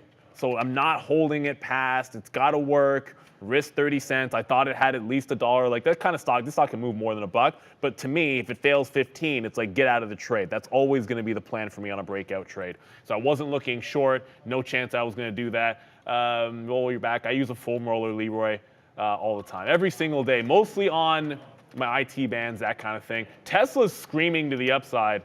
Max, it looks like it's going to happen. I think we get this 225 zone pretty darn quick on Tesla. This seems to want it pretty badly here, but we're still fading the 15th Dow, and I think it's a lot of big tech names that I'm not looking at that are giving us that fade trade. You know, like if you look at Apple, this is pretty strong, and I'm looking at the futures pulling back here. AMD starting to pull back, so that's starting to work here. Zim, why is it not halting? Oh, that's only $1. All right, Zim's testing that 14. I said I wouldn't hold it $1 against me, but that didn't mean I wouldn't look for a low at that $14 level. Yeah, so Mara kind of chopping around it. We did kind of dip and rip through those pre-market lows. So I did get stopped out, so I'm going to stay a little bit more patient here. 176 acting as a little bit of a resistance there on JPM, kind of sellers pushing back into that strength there and kind of taking over for now. Let's see if this pullback can hold that 175 or we kind of push back down. I'm curious to know. I'm still waiting, patiently waiting. That 17,000 still in here, but that Mara clipped those highs, coming right back in. So I am watching it much closer here. Bitcoin pushing lower as well. IBIT pushing on that 26, so that's a decent look as well. So still within the pre-market range here on Mara, still within the opening range as well. If you're looking at a 5-minute chart, so between this 21 and this 22, I think I'm going to stay a little bit more patient to see what that does. But DAL to the downside, okay, all right. So we talked about that support level on DAL. Let me just pull it up real quick right here in the middle. All right, so DAL to the downside, that 39 area was that support. 38.70s right here, kind of that support area from a couple or last week, I guess, right? January 5th was kind of the last day we took off from that support. So let's see what we do in and around that 38 when we do come in to that level. 39 pushing into that level off of a 40 breakdown. 17,000 gets reclaimed there. So I guess tech is looking a little strong there. Yeah, definitely very softy to the upside. Very, very strong through 385. Wow. Look at it go. SPY as well. Amazon kind of grabbing a lot of those bids and pulling right back up. Strong lower wick on the chart there, and DAL kind of coming back in. So again, I'm gonna exercise patience, Neil. I think as per late, I've found a little bit more success in being very picky with some of my trades and just being a lot more patient, right? Because sure, there's lots of opportunities right off the open. They happen real quick, they're real fast, and they're real nice. But there's also opportunities later on in the day, midday, going into the close where you have a less volatility. Exactly, as long as it's part of the plan. As long as it's part of your plan. None of it matters as long as you're trading the price levels that you were keen on. For example, I've been in and out of AMD a couple of times here, but pretty much right off of those afternoon highs, for lack of a better word. So we're in and out once. We jump back in, scalp 35 cents. One risking about 20. I'm going to reload at a better price so I can get a better range. I'm also in Lucid. Look, I said this yesterday, but I didn't say it this morning, so apologies. Anytime there's a consolidation level on Lucid or previous high, I'm just shorting it till this trend stops. And this trend should be obvious. So I'm shorting Pops and Lucid literally every day until it stops working, because it's ridiculous not to just be making money off of this every day. Let's go to Adara. A lot of early strength in some of these uranium names, with a couple of them actually making new all-time highs, including UEC. Basically, the catalyst here for uranium is that one of the largest uranium miners is basically cutting their production targets. So now a lot of these other names are seeing some strength here, including UEC and CCJ here, guys, also making new all-time highs. Thank you very much there, Adara. Just about to get first fill on, well, I don't know what I want to do for this one. I'm just going to give it the gates of hell for Lucid. I was going to do something more harsh, but this is a stock with a ridiculous trend. So it does the pop and fade, previous high. We'll take some out right away. John Reinhardt, AMD fail 148 in a hurry. It's not over yet. The market is screaming to the upside. So yes, it's relatively weak underneath that level. That makes it right, but it doesn't mean it has to hold. If we continue to press, it's not going to matter at this point. So I'm also on this sucker. You know ZIM. Why couldn't you just go to 14? You know, come home to $14 next time, Zim. Bouncing off of 14.30. I wasn't looking to go long until the 14.20 level. Just a little bit too far away. So we try to be patient. In this case, a little bit too patient. Are you in JPM? Please tell me. Okay. Not yet. Okay, the only reason I was going to say that, I know you were looking at that 175 there, Obi. Yep. It broke 75. It's now pulling back in. That 173 level we were talking about, I'm looking for a dip buy off of 173. That's going to be the key for me. If it can hold on to 173, still looking for the long on JPM. Tesla continues to go. Okay, so this happened. I'll slap the fail on myself for that one. Yeah, I can say 225. I can try to get a fill at 225 when it spikes it, but ultimately, if you're not quite fast enough, if you sit on the offer as it goes in there, you're short. If as it gets in, you're looking for the curl, and then you see it top out at 225, you try to get short in that moment, you might miss it. So I should have just sat on the offer. I was sitting on the offer plenty of times, just not this time on Tesla. It gives that $2 pullback. Congrats if you got it out there on Tesla off the 225. It gets back there again, it might not be so nice, that short. Yeah, definitely going to be waiting for that 73 to come in. Let's see what we do. But that 75, nice little wick on the higher time frame. Let's see if we can push through these pre-market lows. 173 can be very interesting as well. Mara still kind of chopping in its range. I did get back in short. I guess that initial short wasn't too bad to get involved with. But yeah, here comes JPM back through that 74. Oh boy, that 73 coming in, 73 halves coming in real hot. Pre-market lows testing right now. No real bidding going on as of right now. Pretty weak, pretty thin book there. You can see right there, no real size that's showing up. I guess participants that are showing themselves on the book at these prices. But that 173 incoming for sure, or not for sure. But with the weakness, oh, there's some bids right there. I just saw 50 lots kind of stack up. I want to get in on JPM there. If it doesn't get right to 173 soon, I'm going to look for a long off this 50 level. I just don't want to miss it completely. That's a level that's almost too good not to have a shot at it. Zim is trying to make a run, but I just got to fill in front of 148.50. I said if we got back up here, sure, we were failing 148 on AMD initially, but we're holding 17,000 on the NASDAQ, and I'm sitting there in a short. So got to make sure we're getting a better price, which is what I did, but then it took out the top. So cautionary tale for you there. If you're shorting that level and it starts to give you the upward trend, if you're going to reshort, you've got to make sure you get a better price. Otherwise, just don't do it at all. Got to move on to the next. That's definitely trending into the upside. We mentioned this in the afternoon show. Anybody that took this breakout, you didn't hear me say a peep about Uber and that 52-week high. And you know, the reason I'm going to hit the fail, let's just, yeah, there's the morning mix, 52-week high, long breakout over 63, 65. So yeah, I don't know, you can look on Twitter and find it. In the afternoon, we both Sean and I were like, hey, 52-week high on Uber, look for the long. Look for the breakout. It didn't make the break. We actually had the trade looking for the break and lost 6 cents in the afternoon. Uber's on one. As with all breakouts, for me, if it pulls back into that support zone and bounces, I look for the long off that level. So I'm going to have to get a bid in there out in front of that 63 half there on Uber. Strong move for Uber. Congratulations if you got it. I'm no longer in that AMD position. I'm not sure. Oh, is AMD doing No, it took out the top. It's back underneath where my stop was, but I got out of it. It doesn't mean I might not jump back into the trade, but I'm out of it right now. I always adhere to my stop. If I put a stop at the high and it breaks the high, I'm getting the heck out. Yeah, no, that's definitely a good look there, Neil. Kind of pop back through that 174. Couldn't really hold it too well, but the NQ and the ES super strong there, holding up real nice. But I do like the 15-minute top wick that's happening here on JPM off of that push in the pre-market there, and DAL coming right into that 39. Oh boy, so that 38 might be coming in as well if this airline's going to stay a little heavy like that. Bitcoin kind of flushing as well for 45.6 was that few multi-hour support from the past morning session there, and we did crack it.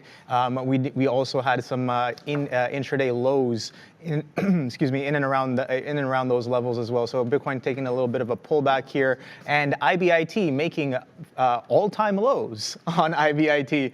But don't forget that it just IPO'd yesterday, or first day of trading was yesterday, and is making some fresh lows here with Bitcoin looking a little bit weak there. Technically true, but obviously, I mean, it's its first day of trade. You have to look at historical Bitcoin price for that. It's going to be tricky early on trading those ETFs because you're not going to know what levels to peg off of. So you just want to have charts up of both at all times and sort of just look at the price action there because you can't really anchor to specific prices. It's not going to have a perfect relationship early on. JP Morgan, I said I would start in on it in front of that 73 the second I saw some buying and some strength off the pre-market bottoms. It's happening here at 173.50. So I got to fill at 63. It is starting to fail underneath. So an actual test of 73 would be the next thing that happens. Tesla's getting to that 225 level. I'm going to show you what's going on with Uber. It's consolidating up here at 64. I'm down looking for the bid at VWAP if it happens. Might not get a shot at this at VWAP, but I don't want to give up that notion just yet. The market's screaming higher. This is one I definitely want to that long side. Shout out to everyone in the chat that's looking at NVIDIA. But NVIDIA not nearly as wild as it was the last couple of days. It's holding on for dear life underneath the 550 level. If it doesn't break 550, I can't really think of anything to love on the long side. This is exactly where it was failing up at those tops.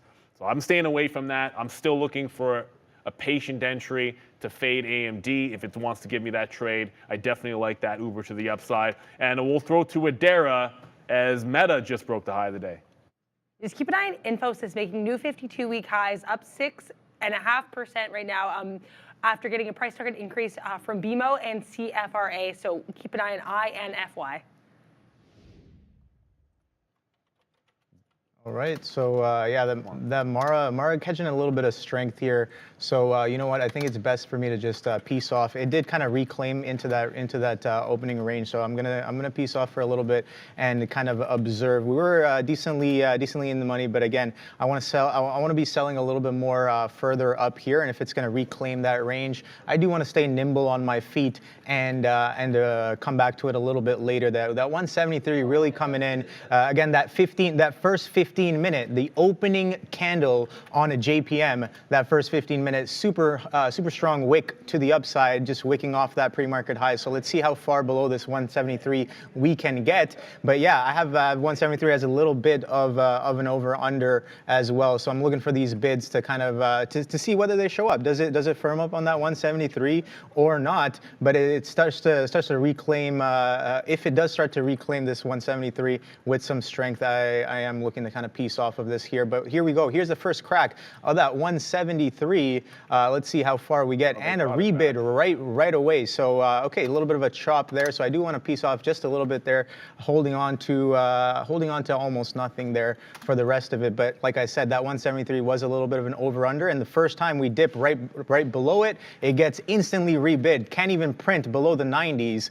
So I do want to stay nimble and kind of work into this short if it's going to come in. We still got lots of levels. We got that 175. We got VWAP. We got lots of time. What are you guys trading? Let me know in the chat, and we can take a quick look. My guess. If there's one name that was flying that wasn't, I mean, obviously Uber is flying. I'm the other way on JPM.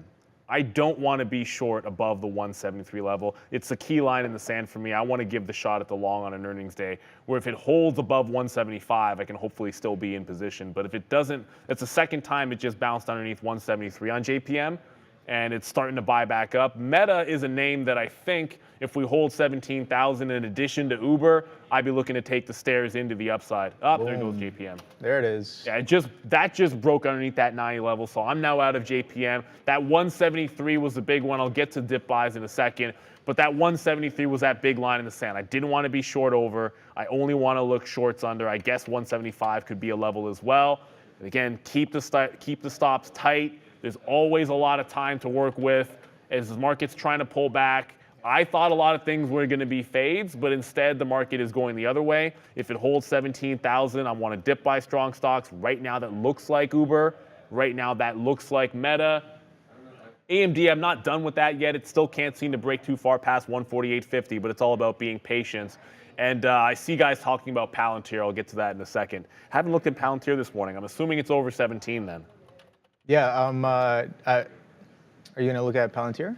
Oh, you go ahead. I'm just gonna pull it up. Mara super strong there. Bitcoin kind of catching a little bit of a bid there back into that 45.6 level as well. So it's a good thing I was nimble on that Mara trade down in the teens as we're testing 2150s, 2160s right now. And like I said, I like the idea of a short a little bit better here. But 172 coming in on JPM. Why don't I have more, Neil? I have no idea, but I gotta do better at this. I gotta do better at this sizing thing. But we're getting better at following our plans and kind of sticking to the guns there. And here's the thing.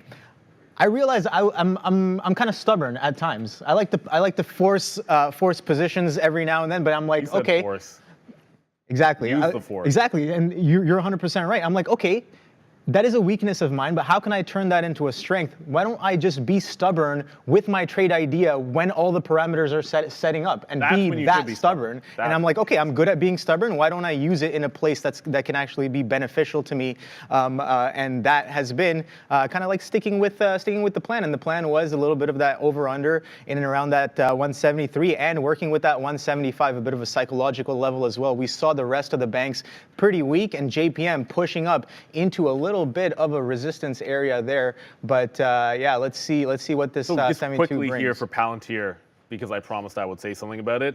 Palantir, it was pre-market high 1709. It looks like yesterday, and then 17 is a big level. I think there needs to be buyers above 1711 for me to take a shot at something like that. Like to me, when it gets to an even dollar level on Palantir, I usually think reverse until it wants to break out, and it hasn't done so yet. AMD, I'm not getting away from you just yet. Tesla 255, but AMD is still testing this top.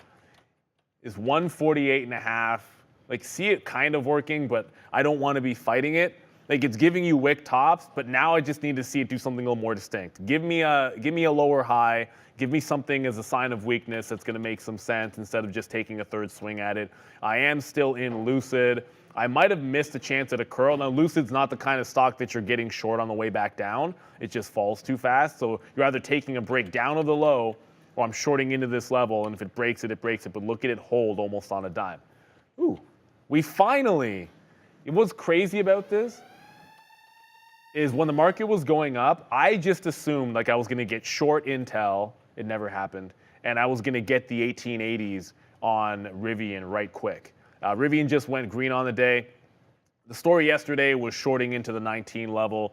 Today, pretty much the same thing. I'm at this close price that we had at 1880. Want to give this up to that 19. So I put a starter position in just so I would get that fill, be locked and loaded, ready to go. But I don't want to add till I see a back end on this trade, which I have not seen just yet. Tesla 225 as well. In 2 seconds at Era. I have an interesting look here on Momentous, MNTS. Initially falling to the downside, now actually seeing a bit of gain to the upside here after being notified by Space Development Agency that the company has not been selected for further funding for its Tranche 2 tracking layer, and saying that there's substantial doubt about the company going forward. Nevertheless, nice volume pushing to the upside here on MNTS. MNTS, I just made me think Junior Mints for some reason. I don't know why. That's what I'm thinking of. Tesla trying to break this 225. Now, remember we were having that discussion about 226, 227, and the sellers tight to the 27 level.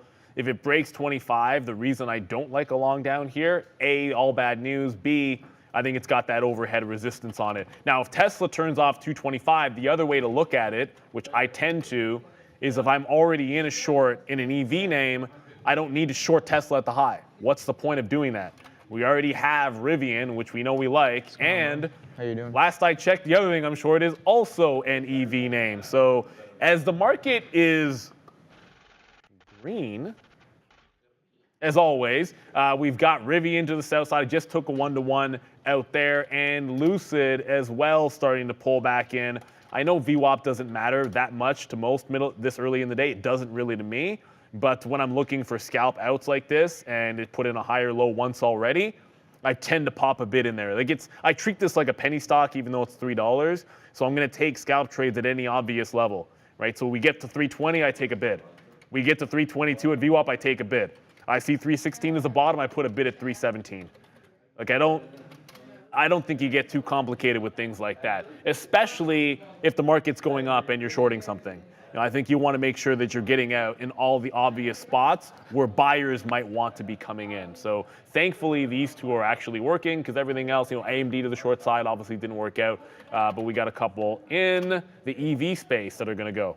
Yeah, that 172, I did piece off of that 172. We came into that 172 all the way from 176 test on JPM, that 174 short. Oh boy, I gotta get more and hold for a little bit of a 172 test. We talked about 173. This thing does have some decent range, so I think holding for a couple of points at least makes a lot of sense. But especially on earnings day, and I definitely agree with you, Neil, there when the market's kind of blasting to the upside. Don't necessarily want to get too aggressive and stubborn with the shorts there as well. But that initial test of that 172, bidders came in real hot. We flushed into the 172, no real bids before that, and then 172 test comes in and we rip right back up into the 70s. I'm like, all right, I'm gone, I'm out of here. But seems like sellers kind of stepped right back in as we're testing 172s and we're headed right back down to the downside.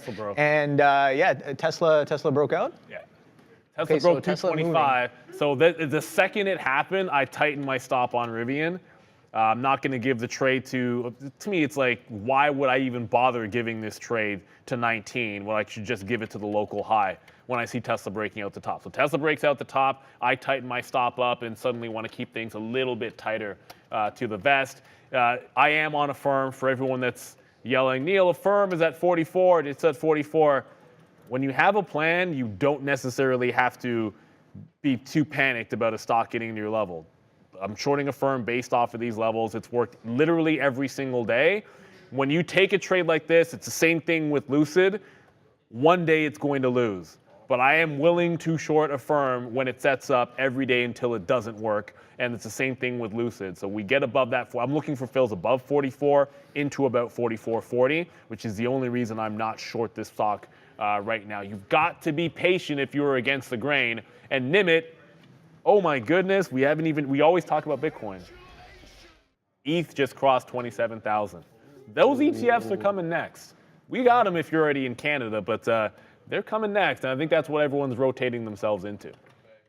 Yeah, it's a good thing. It's a good thing I hopped off of that short there. We are breaking through pre-market highs on Mara there, with Bitcoin kind of reclaiming some of that range from earlier, and a little bit of a strong market as well. So gonna stay a little bit more nimble. 172. Bit of a churn on JPM, so I do like the idea for the short, but got to stay patient, wait for some of these levels to come back in. Whether they do or not, I have no idea, but I know where I want to be interacting with, what prices I want to be transacting with, and picking up some short inventory as well. But we'll see. We'll see what it does with VWAP. Let's see if we can even get there. It's heavy selling off of that open. Again, like I said, that initial 15-minute candle not looking too good there as we clip the pre-market highs, and yeah, a lot of people caught offside for sure, pushing through all-time highs, right? So definitely a lot of interest to take a little bit further, but with the rest of the banks looking that weak, I was a little skeptical of that push. And even though it did a nice 2-point move, and you could have definitely captured a decent chunk of change on that, it gave you moves both ways, right? So there's lots of opportunity on the board for JPM, but I don't think it's finished yet. We're pulling back into the 17th thou on on NQ there, and let's see what we're doing here on the Mag 7. So Softy clipping right back in, looking, or actually we're wiping the 15-minute candle. When you got a short like that and you say put it on the board, it'll go put it on the board. Yes. Patrick knows exactly what I'm talking about. I'm pointing out Patrick. So that's lean in. You can see your can. He knows. So it's Hawk Harrelson. If you're from Chicago, then you know exactly what I'm talking about. He was one of the best announcers. I don't think he announces for the White Sox anymore, but every single time the White Sox would hit a home run, that's how he would announce every single time. The guy was wild. He was a heck of a lot of fun. I'm not even a White Sox fan, and I can appreciate that kind of fun. I am a gigantic baseball fan for anyone that's unaware. Like, I mean, I can go on and on about baseball. I can even go on about announcers too. Like when we talk about what we do every single day, I would be lying if I told you that I don't look at some of this like announcing a game, which would be a heck of a lot of fun. Like in another life, I'm calling baseball games anyway. So you have to indulge me sometimes. We're about to throw to Adara, but I just got another fill on Rivian. At least that's working to the downside. Lucid also as well. Maybe I put a bid here and I see somebody at 19. We're just gonna pop on the bid and grab that. But you know what? We're gonna go to Adara. And I'm just going to slouch back in my chair. I'm just doing one of these. It happened again on AMD. Let's go to Adara.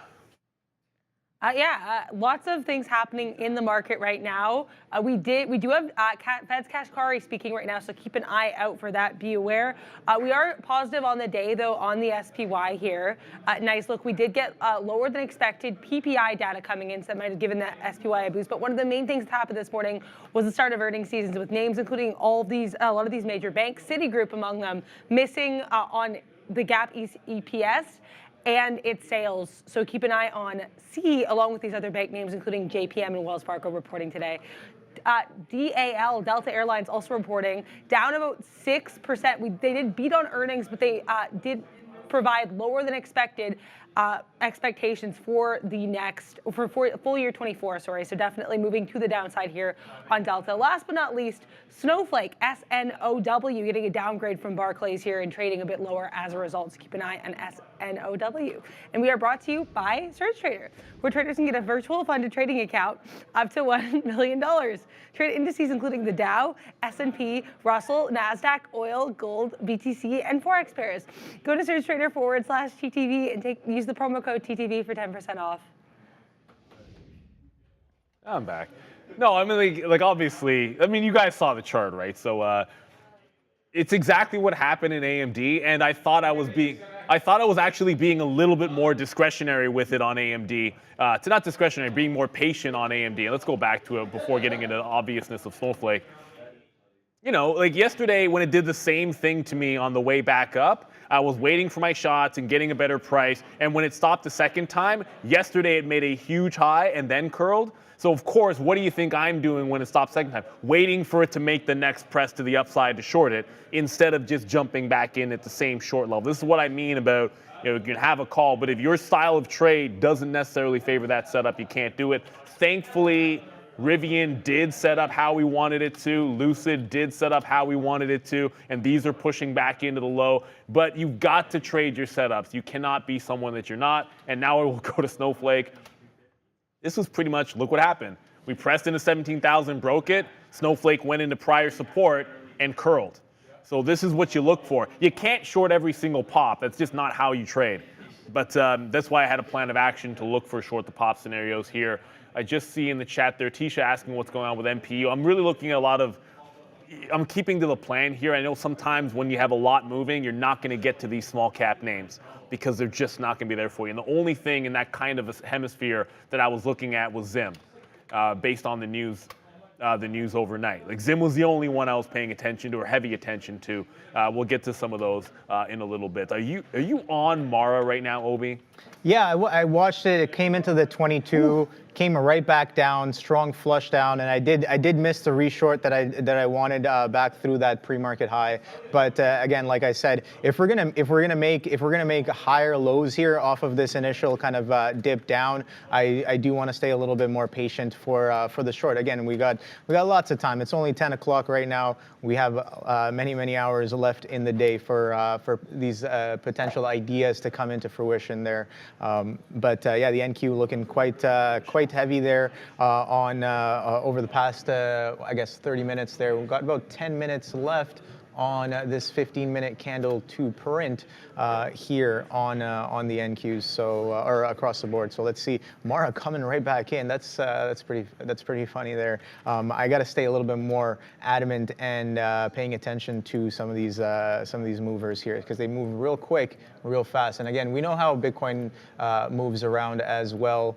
And actually, Bitcoin's kind of just chopping around, but Mara kind of doing its own thing. So I guess it's also chopping around, but with the range of its own. Well, so I'll stay a little bit more patient. Okay, so the only thing I'll say to Bitcoin to that is, yes, it is choppy, but it did break this. It did break this little support level we're looking at the open at 45.56. And then what happened when it retested it? It then rejected that support level. So it's channel down on Bitcoin, and it's channel down, holding channel down on Mara, Coinbase, and all of the others. With this market back under 17,000, if this makes a break of the lows, I mean, who knows where Coinbase and Mara could go. Let's go back to the desk, Adara. Little penny stock on the move here. CRGE, not seeing any specific news on this one right now, but it's was up almost 200%. Now we're down to about 161% to the upside. CRGE, guys. It's surging to the upside. You can tell when Adara is all business, because it's like if a trading desk Adara would have said that stock is surging. News desk Adara is all business, which is to be able to flip that switch. I have an inability to flip the switch. I just tend to be ridiculous all the time, which my daughter thinks is fine and my wife thinks is terrible. But let's get back on over to this market. It is a bit of a free fall. I can't be all happy with it obviously because of AMD. But let's quickly pivot over to what hasn't broken down just yet. I had 545 as my over/under on NVIDIA, and I wasn't looking for a long off 545, so that's why I'm not in a long. But if it can't hold on to this, I think it could get nasty. Diamond Realty, I haven't seen anything new on DocuSign with regards to this potential bidding war, but it is holding up rather nicely. Having somebody interested in buying you tends to give you a bit of a floor. I'm just noticing that is corresponding with previous resistance. Like this 61 level on DocuSign feels like something you can work off of here. But no, there's nothing new. If this is what you're trading today, I'm not telling you anything that isn't obvious on the chart. If 61 fails, look out. But if it's holding above that price, keep your ear to the ground. There was no big flush in this overnight like Paramount did the other day. Yuck. Yeah, I'm still kind of patiently waiting for some of these other trades to potentially come in as well. But I am taking a look at a lot of these earnings names that did report today. DAL, where did that go? Right there. Actually, it is on this one. Yeah, so DAL fresh lows. We're not quite there at the 38 just yet, but we're coming back right down into that 39 on DAL, holding below VWAP as well. So pretty heavy on the day. Mara coming right back in. So I'm gonna stay a little bit more patient there. I think some of the better trades for me personally on the IBIT were a little bit later on in the day. 17,000 potential test coming in. Look at that strong wick on the 15-minute candle there with only about 7 minutes left to go. I am still a little short here on JPM, maybe a little too early, but let's see how well this momentum to the downside can persist on JPM here. But a lot of these earnings names, Neil, just kind of straight faders, right? Bank of America as well, Citigroup, DAL. DAL's at a huge level right actually, UNH. Not as weak, but what's going on with DAL? DAL's at the 200 period where it bounced off before. So if you're anybody looking for a dip buy, this would be kind of the area where you try to catch a bid. I'm not going to be doing it. I don't want to trade this name. United Health, by the way, is actually holding up it's holding up pretty well despite the fact that it's down 3%. I just don't see a trade in UNH. We do see a trade in Uber. Oh, Uber. As, yeah, you know, if I talk about the front end, wow. the reason why I'll miss trades, you got to trade your own style, first of all. But the reason why you'll see, oh my goodness, I'll talk about missing the back end of a trade like this on Uber, where it bounces off VWAP and I'm trying to catch it when it opens above the next candle and it holds that 64.3 there. I'm looking to catch that bid. Now, the reason I'll miss it is because on something like AMD, when I break that rule and get it on the front end, I'll end up with the short in front that's no good, and that's the short that you want in here when it's really weak and failing. So I'll miss the back end of trades all the time because you don't want to get trapped on the front end, and that's what it's all about. Shopify is looking very strong. I just happen to like the breakout that's happening on Uber a little bit better off of its 52-week high, which is down here, and it's holding above 64, but shout out to anyone that's trading Shopify. Being Canada's #1 tech company has been the kiss of death, usually. But Shopify is breaking out. I'm not going to pull the daily chart further back because if I do that, then this doesn't look as good. And I want to feel good about Shopify. So shout out to anyone talking about this one. It is on a good breakout. It's very similar to the Uber setup. So I'd rather buy the Uber dip because I've traded Uber 3 days in a row if it's going to continue to go than just jumping on over to something new. But you look at the 82 level, you look at 82.5, those are obvious dip buy zones if it does come back in. Lucid, by the way, is doing what Lucid does, which is fade to the low of the day. Now, if you're wondering why would you short Lucid as it's going to the upside and it's got a big short float, because of this chart. If you're not, as a day trader, you should be every single day, and I haven't shorted this every single day, but every single day until it stops working, you should be shorting a stock like Lucid. That's just what the market is telling you. Just listen to the market sometimes. The market's going to tell you what to do a lot of times. Not every time will it be this easy. I'm not going to count these days to tell you when the last green day is. Somebody else can do that and tell me the last time Lucid had a green day. But until it happens, I think this is just the most obvious short you're going to find. It's now at 310 and headed even lower. Oh, I already took a fill up.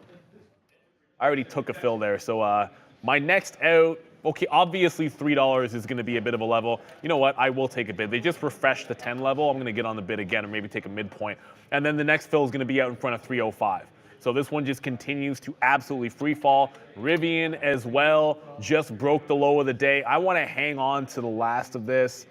Didn't really give it to VWAP the last time. I didn't get the Tesla short because we were in Rivian, which makes me really want to hold on to the Rivian because of how weak I think these EVs could be if the market doesn't creep back above 17,000. If the market holds 17,000, I'd much rather be looking at, like Meta, Uber, Shopify, I guess right now as well looks really strong. Those would be the ones to go to.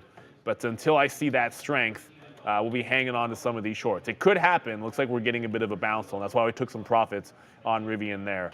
Obi, how is JPM doing? Because JPM's looking beautiful right now. Like I said, I just wanted to trade with the trend. Hello.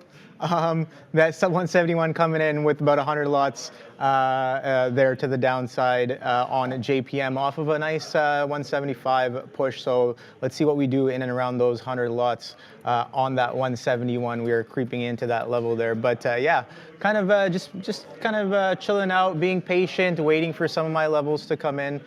Whether or not it'll work, we'll see. Let's see what Mara is up to. Mara, oh boy.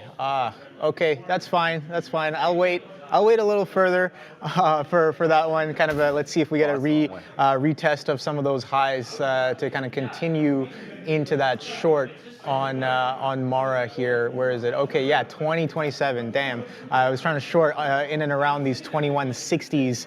Doesn't really work out. That's fine. I got the JPM short. Let's see how well this one works out.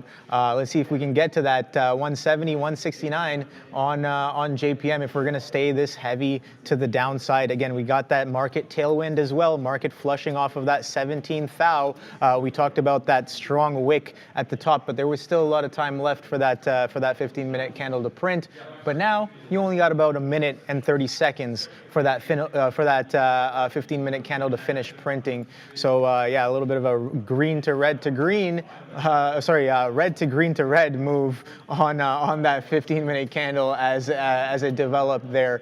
But yeah, no, I definitely missed that Uber trade, Neil. I did kind of point it out yesterday, and I'm like, oh, that Uber 64 all-time highs is going to be good. Maybe today, maybe tomorrow, and it comes in today quite nicely, straight through that 64.77s being the high right here. Let me just bring this down. It's not over yet. No, of course it's not over yet. It seems like it's holding VWAP, so there's an all-time high break holding VWAP. That looks pretty strong to me, and let's see where this goes throughout the day, right? Uber's kind of, we kind of knocked into that 64 multiple, yes. Not multiple times, but a bunch of times we consolidated into the S&P 500 ad. We were looking for that sell on the news type of fade, but that never really came, and it just stayed consolidating. So we're just like, oh, that 64 break, if and when it comes, that could be really nice. Before we go to Adara, because I like baseball puns, I'm going to throw this one out there. If you miss like a dude throwing like 85 pus down the middle and you just take it, it doesn't matter if he throws a pitch that's not as perfect as the one before. It's still 85 miles an hour, and if it's over the heart of the plate, grip it and rip it. That's what following the trend is like. It's like a crappy pitcher's on the mound, and you just want to take shots at anything in the zone that you're looking for, even if it's not the perfect pitch. So buying higher and selling higher is, to me, the same thing. If you can't beat me with the fastball, then I'm just going to start expanding my zone when you throw that pus over the plate. Let's get to the desk. We've got Adara.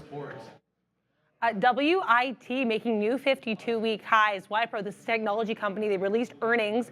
Inline EPS sales missed, but they did declare an interim dividend, moving up about 18% right now to the high side, WIT. I was just telling Obi like what pus is. Like basically when I played baseball, like if someone throws you a fastball and your instant reaction to it is, yeah, this can't beat me. Like now you're willing to like, I can, with 2 strikes, this guy can't beat me no matter what he throws. Like just sit back and relax. When you're trading a trending stock, that is the same feeling. When you're fighting the trend, you don't have that. But when you're trading a trending stock, you're like, okay, I want to be looking for dip buys. If I lose on 1, fine. If I lose on 2, fine. I'm just going to look to join that trend. Uber's above that 64 of yours.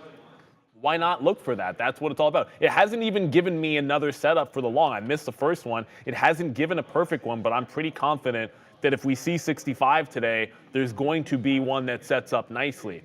Again, the shorts are pretty good. But the market's starting to bounce a little bit here. I do want to grab at least one of these opportunities in a long. We talked about Uber enough here. Meta is also up 1%. It's got, like, it's already broke out its previous high, so get that out of the way. And now it's trying to hold above this 373. The longer it can do that, the better chance it has. Shout out to you, Spam B. Thank you for the super chat there, saying YOLO. This is a super chat. We appreciate you. We don't ask for anything except enjoying the show, liking the show.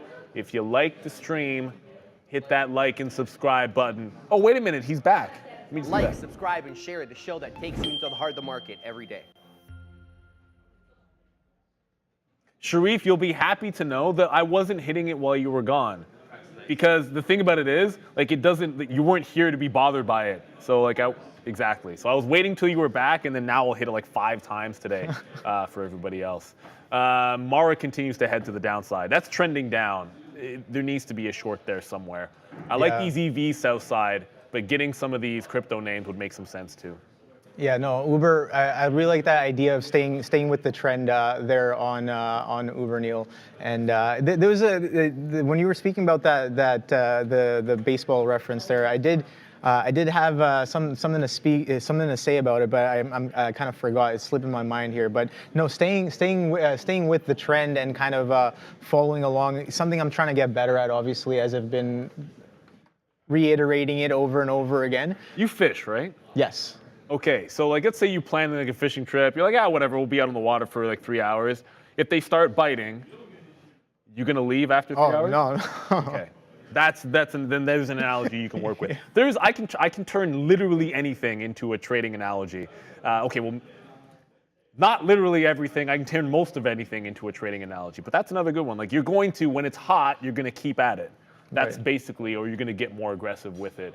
I just got another push down here. Lucid is the only regret I have in Lucid is not getting into as many shares as yesterday. That'll be the regret because it's falling like an absolute rock, man. Flush it down the toilet. I don't know where it's headed, but wherever it is, it's lower than here. So now you can zoom the chart back. Like, why would you not be looking to short this stock? Why not? Like, why would you even be thinking about longs? Tesla, we can talk about the 225. Sometimes it sets up like, ooh, I should cancel this order. I don't want that out there if it comes back up. Sometimes you get that opportunity. It got up to 225, and I was short 2 other EV names.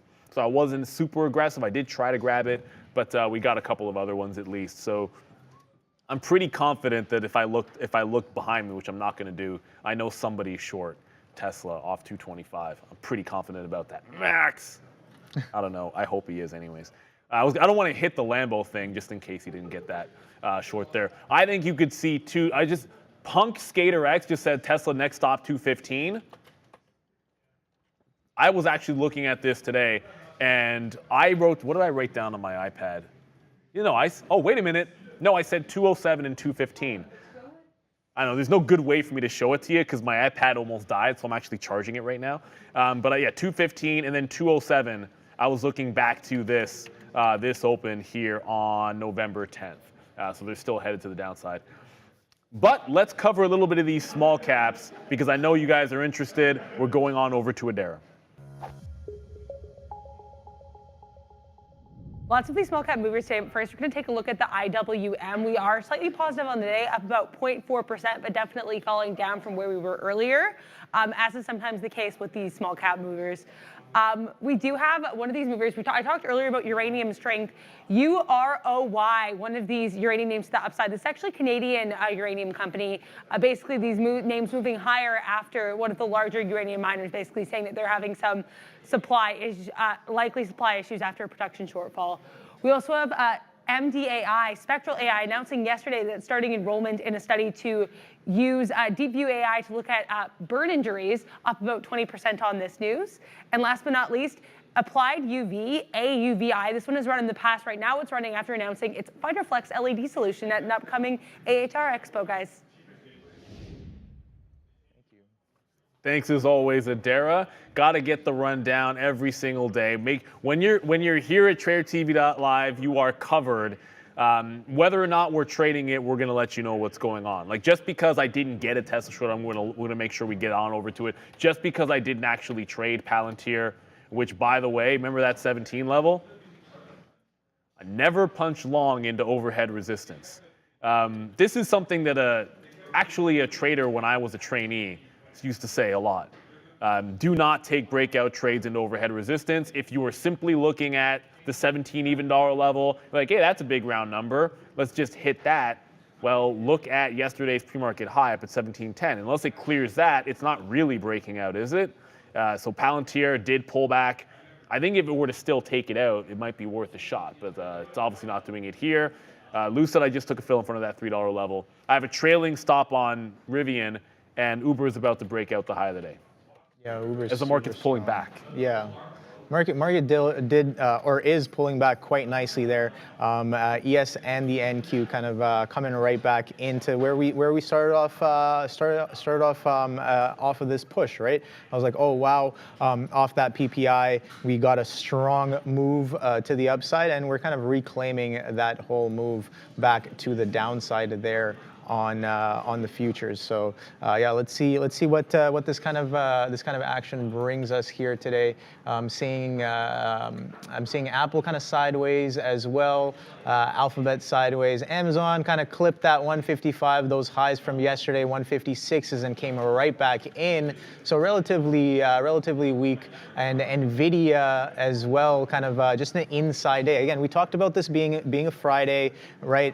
End of the week. Friday? Is it Friday? Is it Friday? I think so. Oh shoot! No, I'm joking. Yeah, it's the end of the week. We've had a pretty hot week. I was talking about how the SPY kind of engulfed all of last week's selling in Monday. Just Monday was engulfed all of last week's selling, and that was a pretty interesting kind of price action there. We've had a wild week after that as well with some of these tickers like Microsoft and I guess Uber as well breaking all-time highs. Mara pushing back down. Wow. Okay, I need to have this stock short somewhere today. It just broke 20 even on Mara. It's now it's SS. Wait a minute. Wasn't it already SSR? Anyways, it's down over 10%. I feel like it's been down 10% multiple days, so it wouldn't really even matter. Of course. So Mara getting absolutely destroyed and crushed. If it holds underneath this 20 level, am I long there? If it holds this 20 level, I suppose it could go relief rally into VWAP. That's always a possibility. But yeah, I don't want to short bottoms. At 10.25, I generally don't like going long tops at this time of day and short low of the day. So I'll look for a pop maybe to fade this if there is one. Like that's way too, you're either already in something like this. I would say this about Lucid too. Like I've been waxing poetic about Lucid being a short, but I wouldn't short a $3 break. Like I'm looking for a bounce. It bounces into VWAP. I'll probably short like 314, 315 as a bit of a reload. It's a similar, I have a trail on Rivian now because it's gone too far and I never got a spot to add to it. Remember when Tesla was taking 225, and I was saying, oh, I'm going to tighten up the stop and not add back into Rivian because of that. I was in two of them, and I decided not to add. Well, Rivian takes out 1830. I'm just going to jump out of it. It's already bounced off the 18 even. It's time to start taking some profits if we don't get another press into the downside, or look for the levels that you want to short some pops in. I think Tesla is actually holding up pretty well here, relatively speaking. It's above its breakout price at the open. While it's under VWAP, it hasn't completely capitulated just yet. Not that it's not going to, but it hasn't yet. Yeah, so we're getting, like I said, just a little bit of a sideways action there, catching some bids, some sells as well. Pretty much flat overall in terms of where we opened from there on some of these names here. Let me know in the chat what you guys are trading. I know I missed a couple of trades as well.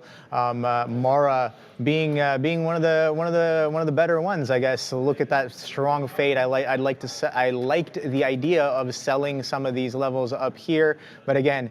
A little bit of a miss on my part with not really getting involved. People talking about C3 AI. Okay, yeah, we can take a quick look at that one as well on C3 AI. So let me just pull that up for you guys right here. Okay, so C3 AI.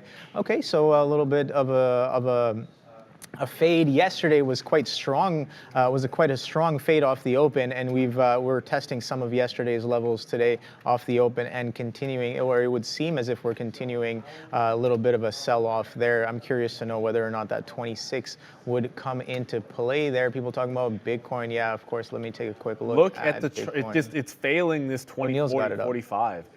This is wild action. I'm going to zoom it out for you guys to be able to see a little bit here. So we're coming back in to some late bottoms here. It's like 44.3 where that bottom is. We're at 44.59 or something like that. But I think if you're looking at some of these ETFs, the one thing that I promised myself I would do was as you start getting into big levels or big moves to the downside is kind of go to one of the ETFs and you can pick your poison and you should always prepare. Like I actually created a quote board just for the Bitcoin ETFs just so I'd know. And I can know which one's tracking the most volume. They're all getting absolutely crushed today, but I know which one's doing the best because of yesterday's. GBTC and IBIT are the two that are doing by far the most. That's where the liquidity is. I think that's where you want to go.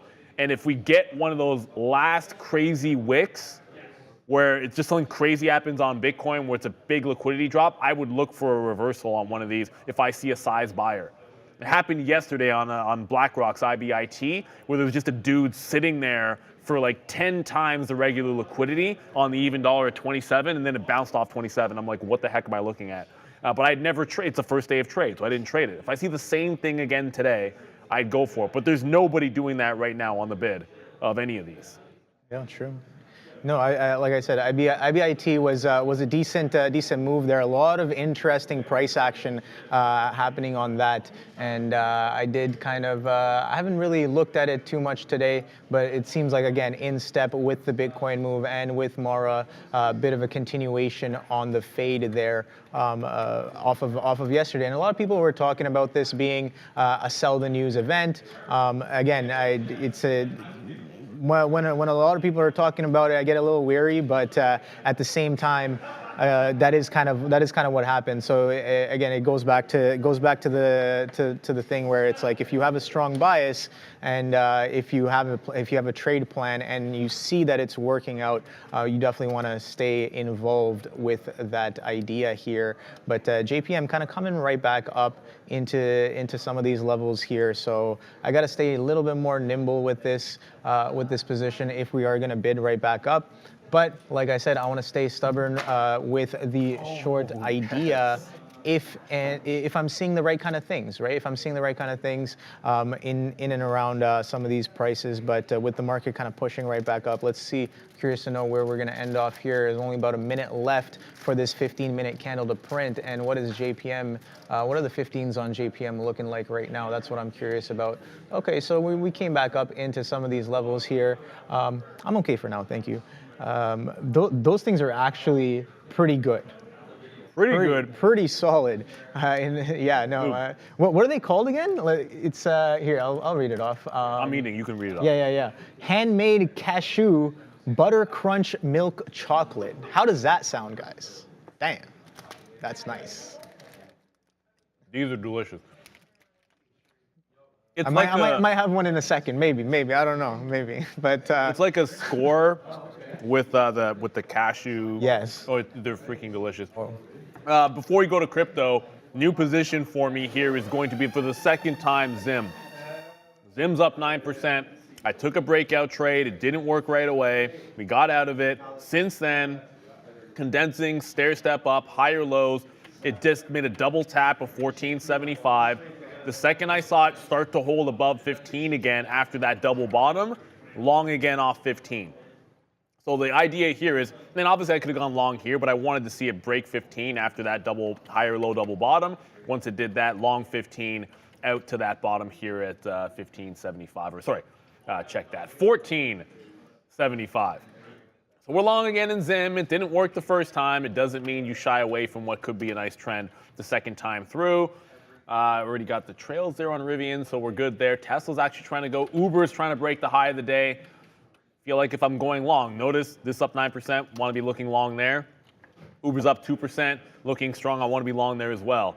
I'd rather not be punching a breakout on Uber, but I might just have to step up a dip buy to something like 64.5. Try to get something in here because I have not been able to get this long an Uber all day. That's not what happened the other day. Feels like it's happening now. Rivian just wicked the 18 level. Shout out to everyone. I'm just going to leave this here because I want to leave Uber up. But I might actually get out of Rivian if it retests 18.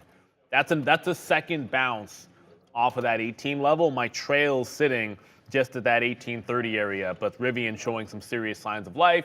Lucid doesn't really concern me as much in terms of a bounce, but Rivian for sure. So the only new position is going to be Zim, which is something we like long off the bat. Pretty much when I sat down. Actually, really, when I woke up this morning, I was thinking about Zim long. I wish it hadn't gapped up as much as it did, but one of the first things I do while I'm doing my foam rolling is I'm reading some stuff on the news, and obviously I knew what happened overnight, and so we adjusted to wanting to look for the shipping company long. Big short float.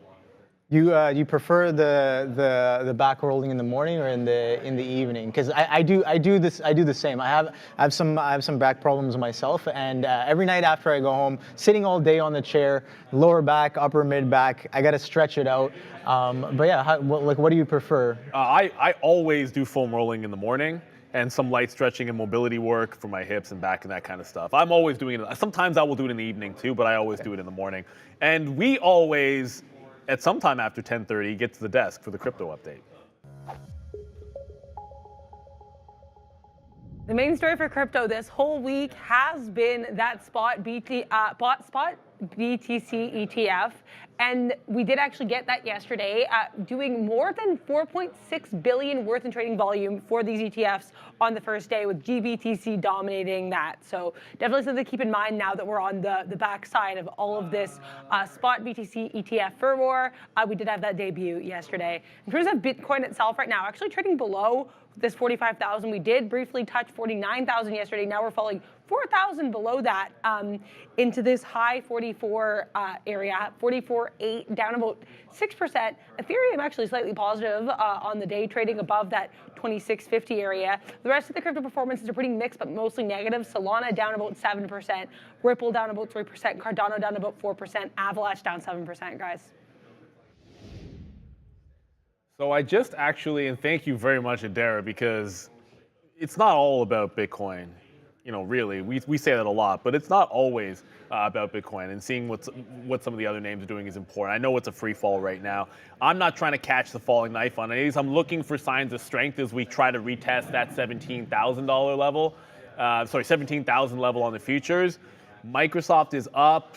Not really seeing anything I absolutely love there. I still think it's looking like Uber for me. I'm in that Zim. What do you see on the alongside on Mag 7 names, Obi? Because if we regain 17,000, which is what I'm looking at here, you still have a situation in the futures where you made a bottom, got the number, and you could go lower high, break back out of overnight highs, get back above 17,000 and try to go trend up. So I want to look for some strong names to jump into in the event of that kind of a long. I'm in a buyout and I'm in Zim. Those are not stocks that I'm anticipating mattering as much if we break out that 17,000 level again. Yeah, no. For I guess for the long here, it seems like Softy is holding up quite well out of some of these names in the Mag 7 here. But yeah, we'll take a quick look at that. Softy right here. So yeah, take a look at that. Holding some of yesterday's end of day levels there, and pushing up or going sideways at least above some of those levels. So Softy looking like it's relatively strong versus some of these other tickers in the market here. But yeah, JPM is super strong as well, kind of holding that base area here. So yeah, let's see, that selling off initially here was quite aggressive, and we are attempting to bid right back up, but we shall see. Bank's quite heavy here. I'm going to take a quick look at some of these other earnings names that we were looking at here on the day. So where does my chart go? Okay, so right there. So Citigroup weak. Wells Fargo sideways pretty much. Delta Airlines was down to the downside, but Delta is having a rough. Yeah, that's not really that one's not a bank, but Bank of America sideways. JPM strong selling off the open, but we're kind of getting some sideways action as of right now. Again, with the market catching a little bit of a bid, I think it's something that we can be looking for as well. What's going on? Milo Cat, easy Tiger. Tesla, the next BlackBerry. If by that you mean the singular greatest product in the history of the universe, then I definitely agree with you. But no, I was a BlackBerry guy for a very, very long time. Probably actually longer than anybody. I've since moved to the dark side. But anyways, yeah, I mean, a lot of people have been saying the doom and gloom of Tesla for a while now. So, you know, I don't think that, because BlackBerry literally doesn't do what everyone knew them for. So the equivalent of Tesla being BlackBerry hasn't gone under, would mean that Tesla pivots from making EVs to something else. Like BlackBerry's a security company now. So like, I don't even know what the equivalent for that of Tesla would be. Uranium is super strong. Shout out to everyone that's looking at it, whether you're looking at URA or some individual name, up 7%. That is relative strength. I don't really trade any of these names, but certainly, no, you've pegged it if you've got some relative strength in that name. So congratulations if you found it. I wasn't really looking at uranium this morning. I was looking at these things, or at least this thing, Zim, which I just got in off that higher low double bottom, and then it made a bit of a left-hand turn, or a right-hand turn in this case. If you can't hold on to 75, I'm dumping it again. There's just no push through on this name. You got the short float, you've got the catalyst. It's not pressing higher like I want to see. So we'll probably just have to take the L on it a second time. I'm not going to move my stop. I'm not going to fight it. None of that good stuff. I am still looking for more, and I agree, subs, Tesla's more than just cars. Tesla is a software company as well. They're a technology company. So let's, again, everybody's entitled to their opinion. I own Tesla in my long-term account, and I don't own them because I think it's just a car company. So, you know, it's not. I'm not telling you anything everyone hasn't said a million times. And I know there's strong opinions about it, but like I'll bet on them, and I'll bet on Elon as well. Meta looks incredibly strong. I do like VWAP in situations like this. If we're breaking 17,000, I might just have to look for longs over 375. But as long as we're underneath, I'm not jumping the gun at, to me, diddling in the middle here. This is the time of day I'm either getting it off of support or at VWAP. Don't want to be breaking highs or in the middle of nowhere. That's just not going to be the modus operandi. Bob's my uncle just asked short Amazon 135. Okay. So I'm going to let you take that one. I haven't pulled up an Amazon chart today because I wasn't really on my radar to trade, and I knew Obi was going to cover it for you guys. Well, it's true. Yeah. Okay. So I mean, it's sideways, right? I did like that 155, but it's pretty much sideways there, well within yesterday's range. So I don't necessarily want to get involved. And like I said, there's so many other names that are kind of in play, doing decent things. So I want to stay a little bit more focused on those, right? So a lot of people are like, "Oh, Obi, why you trade Amazon every day?" Stuff like that. And I'm like, all right, well, you know, it's not because I'm trying to make money off of it every day. I'm trying to learn different types of, I guess, trying to come up with different types of techniques and different types of realizing what different types of price action is doing, kind of like the beta move relative to the NQ and the ES as well. But I think the time has come to kind of move forward from trading it every day. I am watching key levels. Like whenever it hits some of those key levels, it does come into play for me. Yeah, when it's doing RVOL as well, you can see it's only doing about 0.8 to 0.6 RVOL. So not even one RVOL on the day. So yeah, pretty much, yeah, Sharif, I definitely agree with you. A bit of an inside day on Amazon. So I don't know, 154 half's a bit of a double bottom there, right? And we're holding some of that pre-market range as well with that action, but holding underneath VWAP. So how do you? It's in a range, so you can hit the range trade. That's perfectly fine. I like those as well. But like I said, want to stay a little bit more involved with the games. I was going to say games, with the names and the games that are in play today, but I don't know about the short off of the 155 as of right now. But then again, what do I know? I venture to say you know a lot. You've studied the charts. Nah. So anybody that's unaware of Obi's work ethic, Obi's got the Mamba mentality when it comes to studying charts and studying his trades. I'm just going to leave it at that, and he's not going to toot his own horn. That's also how he rolls. We are always going to roll at 10:40 to the desk, not the desk, sorry, the screen, so we can get a little idea what's going on in everything that isn't big cap tech with Sector Watch. Yeah, pretty mixed look across the board, especially for big cap tech. Meta to the upside here in technology services. A lot of these other names a bit more mixed, but Netflix getting an upgrade from Oppenheimer, that one to the upside here as well. Electronic technology actually surprisingly subdued after a week of strength with that Consumer Electronics Show. A lot of these chip names that were leading earlier this week, a little bit lower right now, with Broadcom still positive though. One of the strongest sector of the day, probably energy minerals, with these oil names trading higher amidst higher oil prices with the ongoing conflicts in the Middle East. Consumer durables a bit weaker, led by Tesla, also being impacted by this conflict with the temporary suspension of production in its Berlin facility, and UNH leading health services to the downside here after actually an earnings beat, but still trading lower here off of earnings. Finance also heavily impacted by earnings.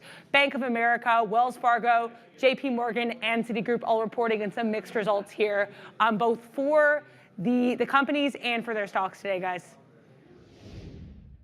Thank you, Adara. I love that board because it's what you need to look at is obvious when you look at any kind of a heat map in the market. Like if you find yourself like, oh, what should I be trading today? Like what's doing relative strength and weakness? What is moving? The heat map just tells you pretty quick. Now, obviously, you saw Tesla there standing out to the downside. I have a couple of other EV names. I knew I wanted EVs for a fade, but ended up in the other two. The easier one, to be honest with you, like Lucid's just an easier short than Tesla. It's just true.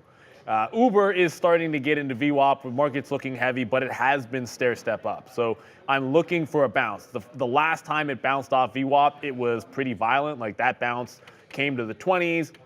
It was back at like 35, 36 right quick, and I missed along in there. I think because of the time of day, it'll be a little bit easier to try to grab that. Zim, we're going to get to the super chat, Ronnie boy. Zim can invade my nightmares once again. For anyone that watches Invader Zim, that's the best I can do. I was in another time and then just lost. Ronnie boy, what are you saying there? Bought Zim for a swing when it dipped. What? Oh, sorry. Sharif was just saying something. He distracted me. Bought Zim for a swing. Appreciate the super chat, Ronnie boy. When it dipped due to the Houthi actions. Now, blah, blah, blah, finding what happens. Oh, yeah, I'm not going to read the whole thing. So anyways, look. The idea behind this is, as far as I'm concerned, regardless of the catalyst, it's got a big short float on it, right? As long as things stay heated or continue to escalate, then there are going to be levels where shorts unwind. Now, when a stock does this, and I can show you a Lucid chart, I can show you a Mullen chart, I can show you anything that's heavily shorted, you always look back to those key price levels where it held for a while, and anybody leaning on the short would have been loading back into it. So like it gets a little bit obvious at levels like 25, at levels like the low 20s as well. And most recently, if you were loading in, there's the monster drop right in it was like May of 2023, and then it made a bottom at 12 bucks, came right back in, and made this recent peak here where anyone leaning on the short, that's where you load into it, and now it's testing those levels. Now, admittedly, I'm trying longs into it without it breaking this top. I did put on my iPad, I had look for longs above 14. However, this double top here has an exclamation mark, the 1560 level, because above there it's just a little bit better. So I try to keep it with the technicals here. I don't necessarily, well, obviously we all care about the human situation in situations like this, but the only thing I care about is the technicals. We all know what the catalyst is. I think it's a lot more interesting if it can break the 1560. I'm over to trying to go long before it makes that break because I want a piece of the pie if it gets there. But you got to be trading what's moving. So undeniable, Ronnie, which whatever reason, this is a mover, and it's got to be on our watch as long as this continues. Let's go back over to the desk with Adara. Yeah, and another mover here, CRNT, Ceragon Networks, running for the second day after announcing yesterday they've penned an agreement with the global integrator in India for $150 million for a modernization project here, gaining volume here, up almost 10% right now, guys. CRNT, absolutely flying. Remember that? It feels like that's like that Roma stock, Roma from yesterday. You didn't see Roma yesterday? No, I didn't. What happened on Roma? There was a few. There was Lay's. Lay's and Roma were the big ones in terms of like just crazy moves. Like Roma did it at the end of the day a couple of days ago. Then it did the huge early run. It had a second go of it, then closed right back at the bottoms. You see it bounce off the bottoms again. Lay's was how can I possibly forget the name of this company? It's just Seal. So Lay's is Seal backwards. I can't believe I forgot that. But Seal did, like Lay's did the same thing, or Seal, whatever you want to call it, broke out, then late day flush. So be careful, like when you're trading these small cap gappers and runners, when they fall off, I mean, a lot of times they actually head to the downside faster than they went to the upside. So you've got to make sure nobody ever went broke taking profits. Don't look a gift horse in the mouth. All that stuff, man. Like, I'm only bringing up this. Waylon Foxtrot in the chat said it's yesterday's bay. I agree. The reason I'm bringing it up is just like the old cautionary tale. That's why I brought up Roma, like showing you that if you're swinging these and you've taken zero profit on day one or day two, I mean, you can end up making absolutely nothing. I don't want to say we've all been there, but I mean, most people have been in this game that have ever done any kind of swing trading or trading of penny stocks have been there at some point. I know I've been there before because in my day, have bought some penny stocks when I was younger as swings and then watched them go in the money, do nothing about it because I think it's going to be retiring me or some stupidity when I was like 22 years old, and then ended up making literally zero on it. So You don't want to be that person. Now, we cannot seem to hold on to Uber. I'm not long it yet, but can't seem to hold on to VWAP. I'm looking for a bounce. See how it hasn't bounced yet? No reason for me to get into this long. It just might be a short kind of day. And speaking of that, oh, Mara, wherefore art thou, Mara? It's now dancing off that 20 level. I was just looking for a pop into VWAP. Can't seem to break the 2040. It's down 11%, and oddly enough, if Bitcoin cannot hold this current level, I wouldn't be surprised if it goes lower. Oh, it looks like I just got target on Rivian. So the Rivian play is over. I'm going to give it the old Kincaid spike because he's probably going to score a touchdown on Sunday as Rivian back to 18. I just saw the way it bounced off the 18 level and decided that would be good. This is the last level that it's actually held before getting to the 25 on the daily chart. So Rivian has come almost full circle. I think if it gets to 15, that's probably the next step. That's for another day here. Lucid at 3 is still a short. I was just saying at this time of day, I would not take this short at 3. I was going to short if it got back up and pulled into VWAP. Like right now, that was a 316. Now I'm actually thinking if it bounces off 3 and goes to 310, I might take a shot at it. Until it's 10% down, I guess it's okay. But I don't really like taking breaks. Shorts at low of the day, high, like longs at high of the day around 11 o'clock. Not really my go-to. Usually you're looking for reversals at that time in a general sense. So let's try to be patient and be happy that we're able to hold on to these shorts, which you got to try to do. If you get something that's working, find a way to be holding on to it. Like you don't, when it gets to here, you don't want to be out of 80% of it. It just doesn't work. Like that's not how you're gonna, it's not how you make money on those trades and get better, because every single day it's showing you that the bottom, 11 o'clock there is the actual low of the day. Then it doesn't make a low till 342. This one doesn't make a low till 11:15. So when you see that as the pattern, yes, you want to get some out at a support level, but once it breaks that support level, you got to think about holding it a little bit more. And you know, I could have only gotten out once in front of 310 as well. That would have been it would be even better of a trade. Market kind of coming in a little bit there, testing, excuse me, testing these lower wicks here on the 15s, as you can see. Bit of a chop, but a strong kind of flush back to the downside. But take a look at, excuse me, take a look at Uber. I gotta drink some water. Take a look at Uber, 64 coming right back in. So that VWAP broke. I was looking for those longs off of VWAP, and yeah. Then it doesn't really come in. That's what you got to do. You just got to be patient. You said it this morning that you wanted to try to be a little bit more patient. I think that was right yesterday, because yesterday could have been a frustrating day for a lot of traders if you weren't very particular about your levels. Let's get on over to the desk. It's time for a little money talks with Adara. USD more or less flat on the day. We were negative. Now we just slightly ticked into positive territory here. Now we're back to negative, just around this 102.30 area. So pretty flat. We did actually, though, get some economic data earlier today. We got CPI data yesterday, PPI data coming in this morning. Month over month for December coming in at negative 0.1 versus positive 0.1 expected. And core CPI month over month for December coming in at 0% versus 0.2% expected. So definitely a little bit of a better look here on the PPI, with these numbers coming in slightly below expectations. USD not reacting too much to this news, though, guys. Thank you very much there, Dara, as always. Ooh, NVIDIA is finally trying to fail $545. This has been the line in the sand pretty much all morning. Outside of the opening rush, right? The opening rush did fail under, immediately retested it, held 45. Now, if it can hold on underneath, that could be a pretty good shorting opportunity. What is AMD doing? You got to be willing to look at the chart that you hate the most, because this was the first thing that I wanted short today, and you can see that I'm not short the stock, but you got to be able to move on. Yeah, this is absolutely flushing. Is there a chance to pick up Intel? It might just be an NVIDIA kind of thing as I scan through. Is there something that's going to set up that gives me an even better shorting opportunity? Notice how when I think the chips are giving up the ghost, I look for something that is giving me the best levels.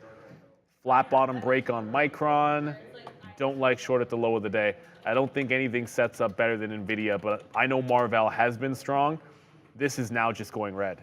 Okay, Marvell might be giving a little bit better of a setup here, as it's just going red. Because I can give this to 66, and then I'm not shorting the low of the day. It gives me a tight stop, a tighter stop at this time of day because I don't like swinging around. At 11 o'clock is not the time that you want to put on a big risk trade. I'd rather join something or get something with a tight stop area. So Marvell in front of 66 looks a little better for a chip short right now for me. Yeah, so a little bit of a sweaty hold on the JPM, but like I said, I want to stay stubborn with my bias when I'm seeing the things that I want to see. So the market red, still holding underneath VWAP, still heavy on JPM. So I'm trying to work into the short, trying to massage the short in.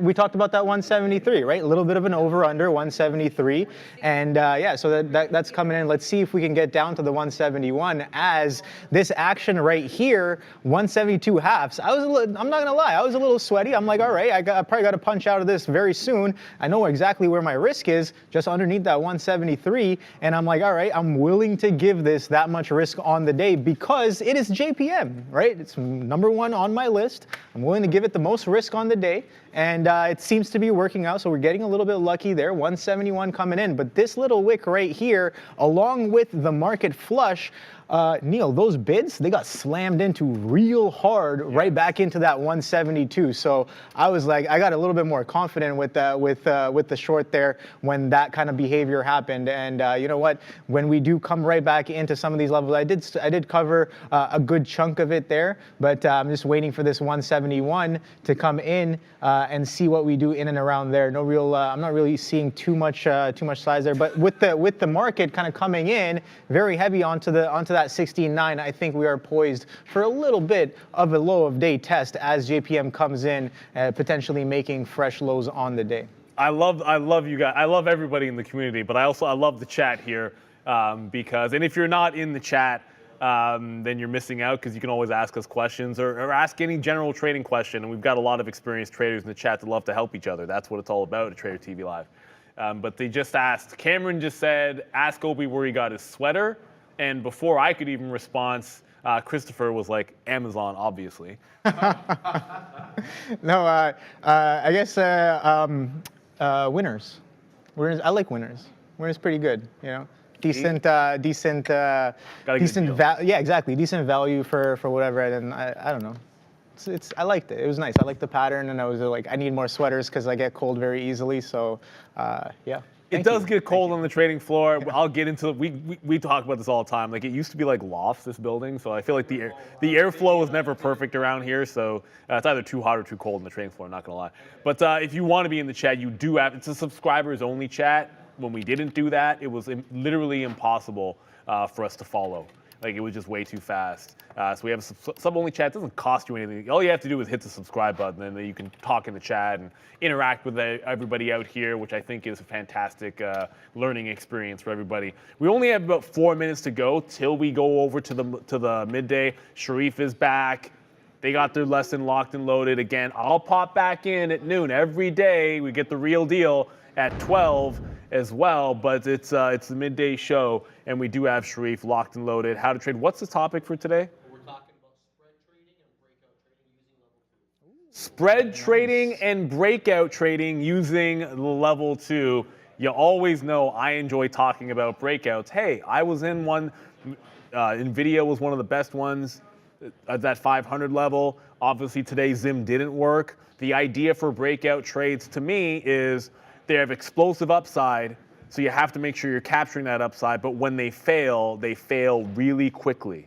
And if you get stubborn with a breakout trade that doesn't work, you are gonna get destroyed. You don't see me dip buying a lot of those bad ones. You don't want to. But the market is headed downside. It is... Oh boy. Holding red. I just jumped into that Marvell. You saw me scan all over the place looking for something that I like the risk to reward short on the chip names. Marvell is what I came up with. We aborted the long idea on Uber because the market was too weak. That was a good idea. But you know what? Now you start thinking about what's next for Uber. That top, about 63.5 on the daily. Where are we looking for a bounce? In front of the 63.5. Yes, the even $1.63, that happens to be the low at the open, but if it bounces off of that 52-week high on Uber, I'd look for a long bounce there. Again, it is a strong stock. I'd rather go long something that is strong. Faded Trader, what is your plan for TGAN? Oh, this will be easy for you. You guys probably saw me in this stock most of yesterday as well. They're just being bought for cash. So here we go. I'll show you what happened yesterday as well. So they're being bought for $5.10 in cash. You would have seen me all over it. I got a couple of like other bids lower yesterday at the open, and then was just long in and out pretty much all day. Today I'm just long off of yesterday's levels and then taking the spread where I can, get a cent, get a couple of cents. Got 2 cents early. Just grab the spread another time. It's not really doing it. I don't think it'll be very heavy today because yesterday it did millions in volume. Today it's not. So the idea here is when it's doing lots of volume, you can get in and out a bunch. Today the volume tapered off, so I doubt you'll see me in it as much as you saw me yesterday. 90 seconds to go, Obi. What are your thoughts? So I wanted to cover the JPM because we got in front of that 171, we got into the 20s, and I fumbled my execution a little bit there. Instead of pushing the cover, I added more to the short, and I was like, well, damn. And then I was like, I do want to hold some of this, but you know what? Because I did just have that little bit of thing, I'm just going to get out of the whole position and reassess. But yeah, no, I think because I had a script in, it wouldn't let me get out of some of the position. Oh, I see. Okay. I gotta check that. I gotta see what that was. Was the script for a smaller amount than the amount that you had? Yes. Is that why? Depends on which stop order you use. Okay. We'll talk about this. Okay. So one of the things, actually, this is something I've talked about before. Like it's like intimate knowledge of the trading platform. When you have only one stop order that you can use, and generally speaking, it's going to cover you in all situations. It's not an issue. Now, at Day Trade the World, you have multiple stop orders that you can use. You have, and they all have different characteristics, and you want to use them for different reasons. Like throw out some orders on TGAN. That you want to use them for different reasons in different situations, and you want to know why. Like, why am I using an edge A stop? Because it's faster. Why am I using this script stop? Because it allows me to cover only 50% of my position, regardless of the amount of size that I have. Right. It just, again, you have to pick and choose which ones you want to use, and some of them have upsides and downsides. So know your platform the best you can. Watch us every single day. I'll be back on at noon. You're going to be heading to the midday now. Also, we'll be back at 2 o'clock to trade the close. Great morning this morning, Obi. Thank you for coming on through and stepping in for Sean so we can have a long weekend. But you know where you're headed. It is the Professor and Adara. Let's learn about some breakout trading. What is up, beautiful people? Welcome.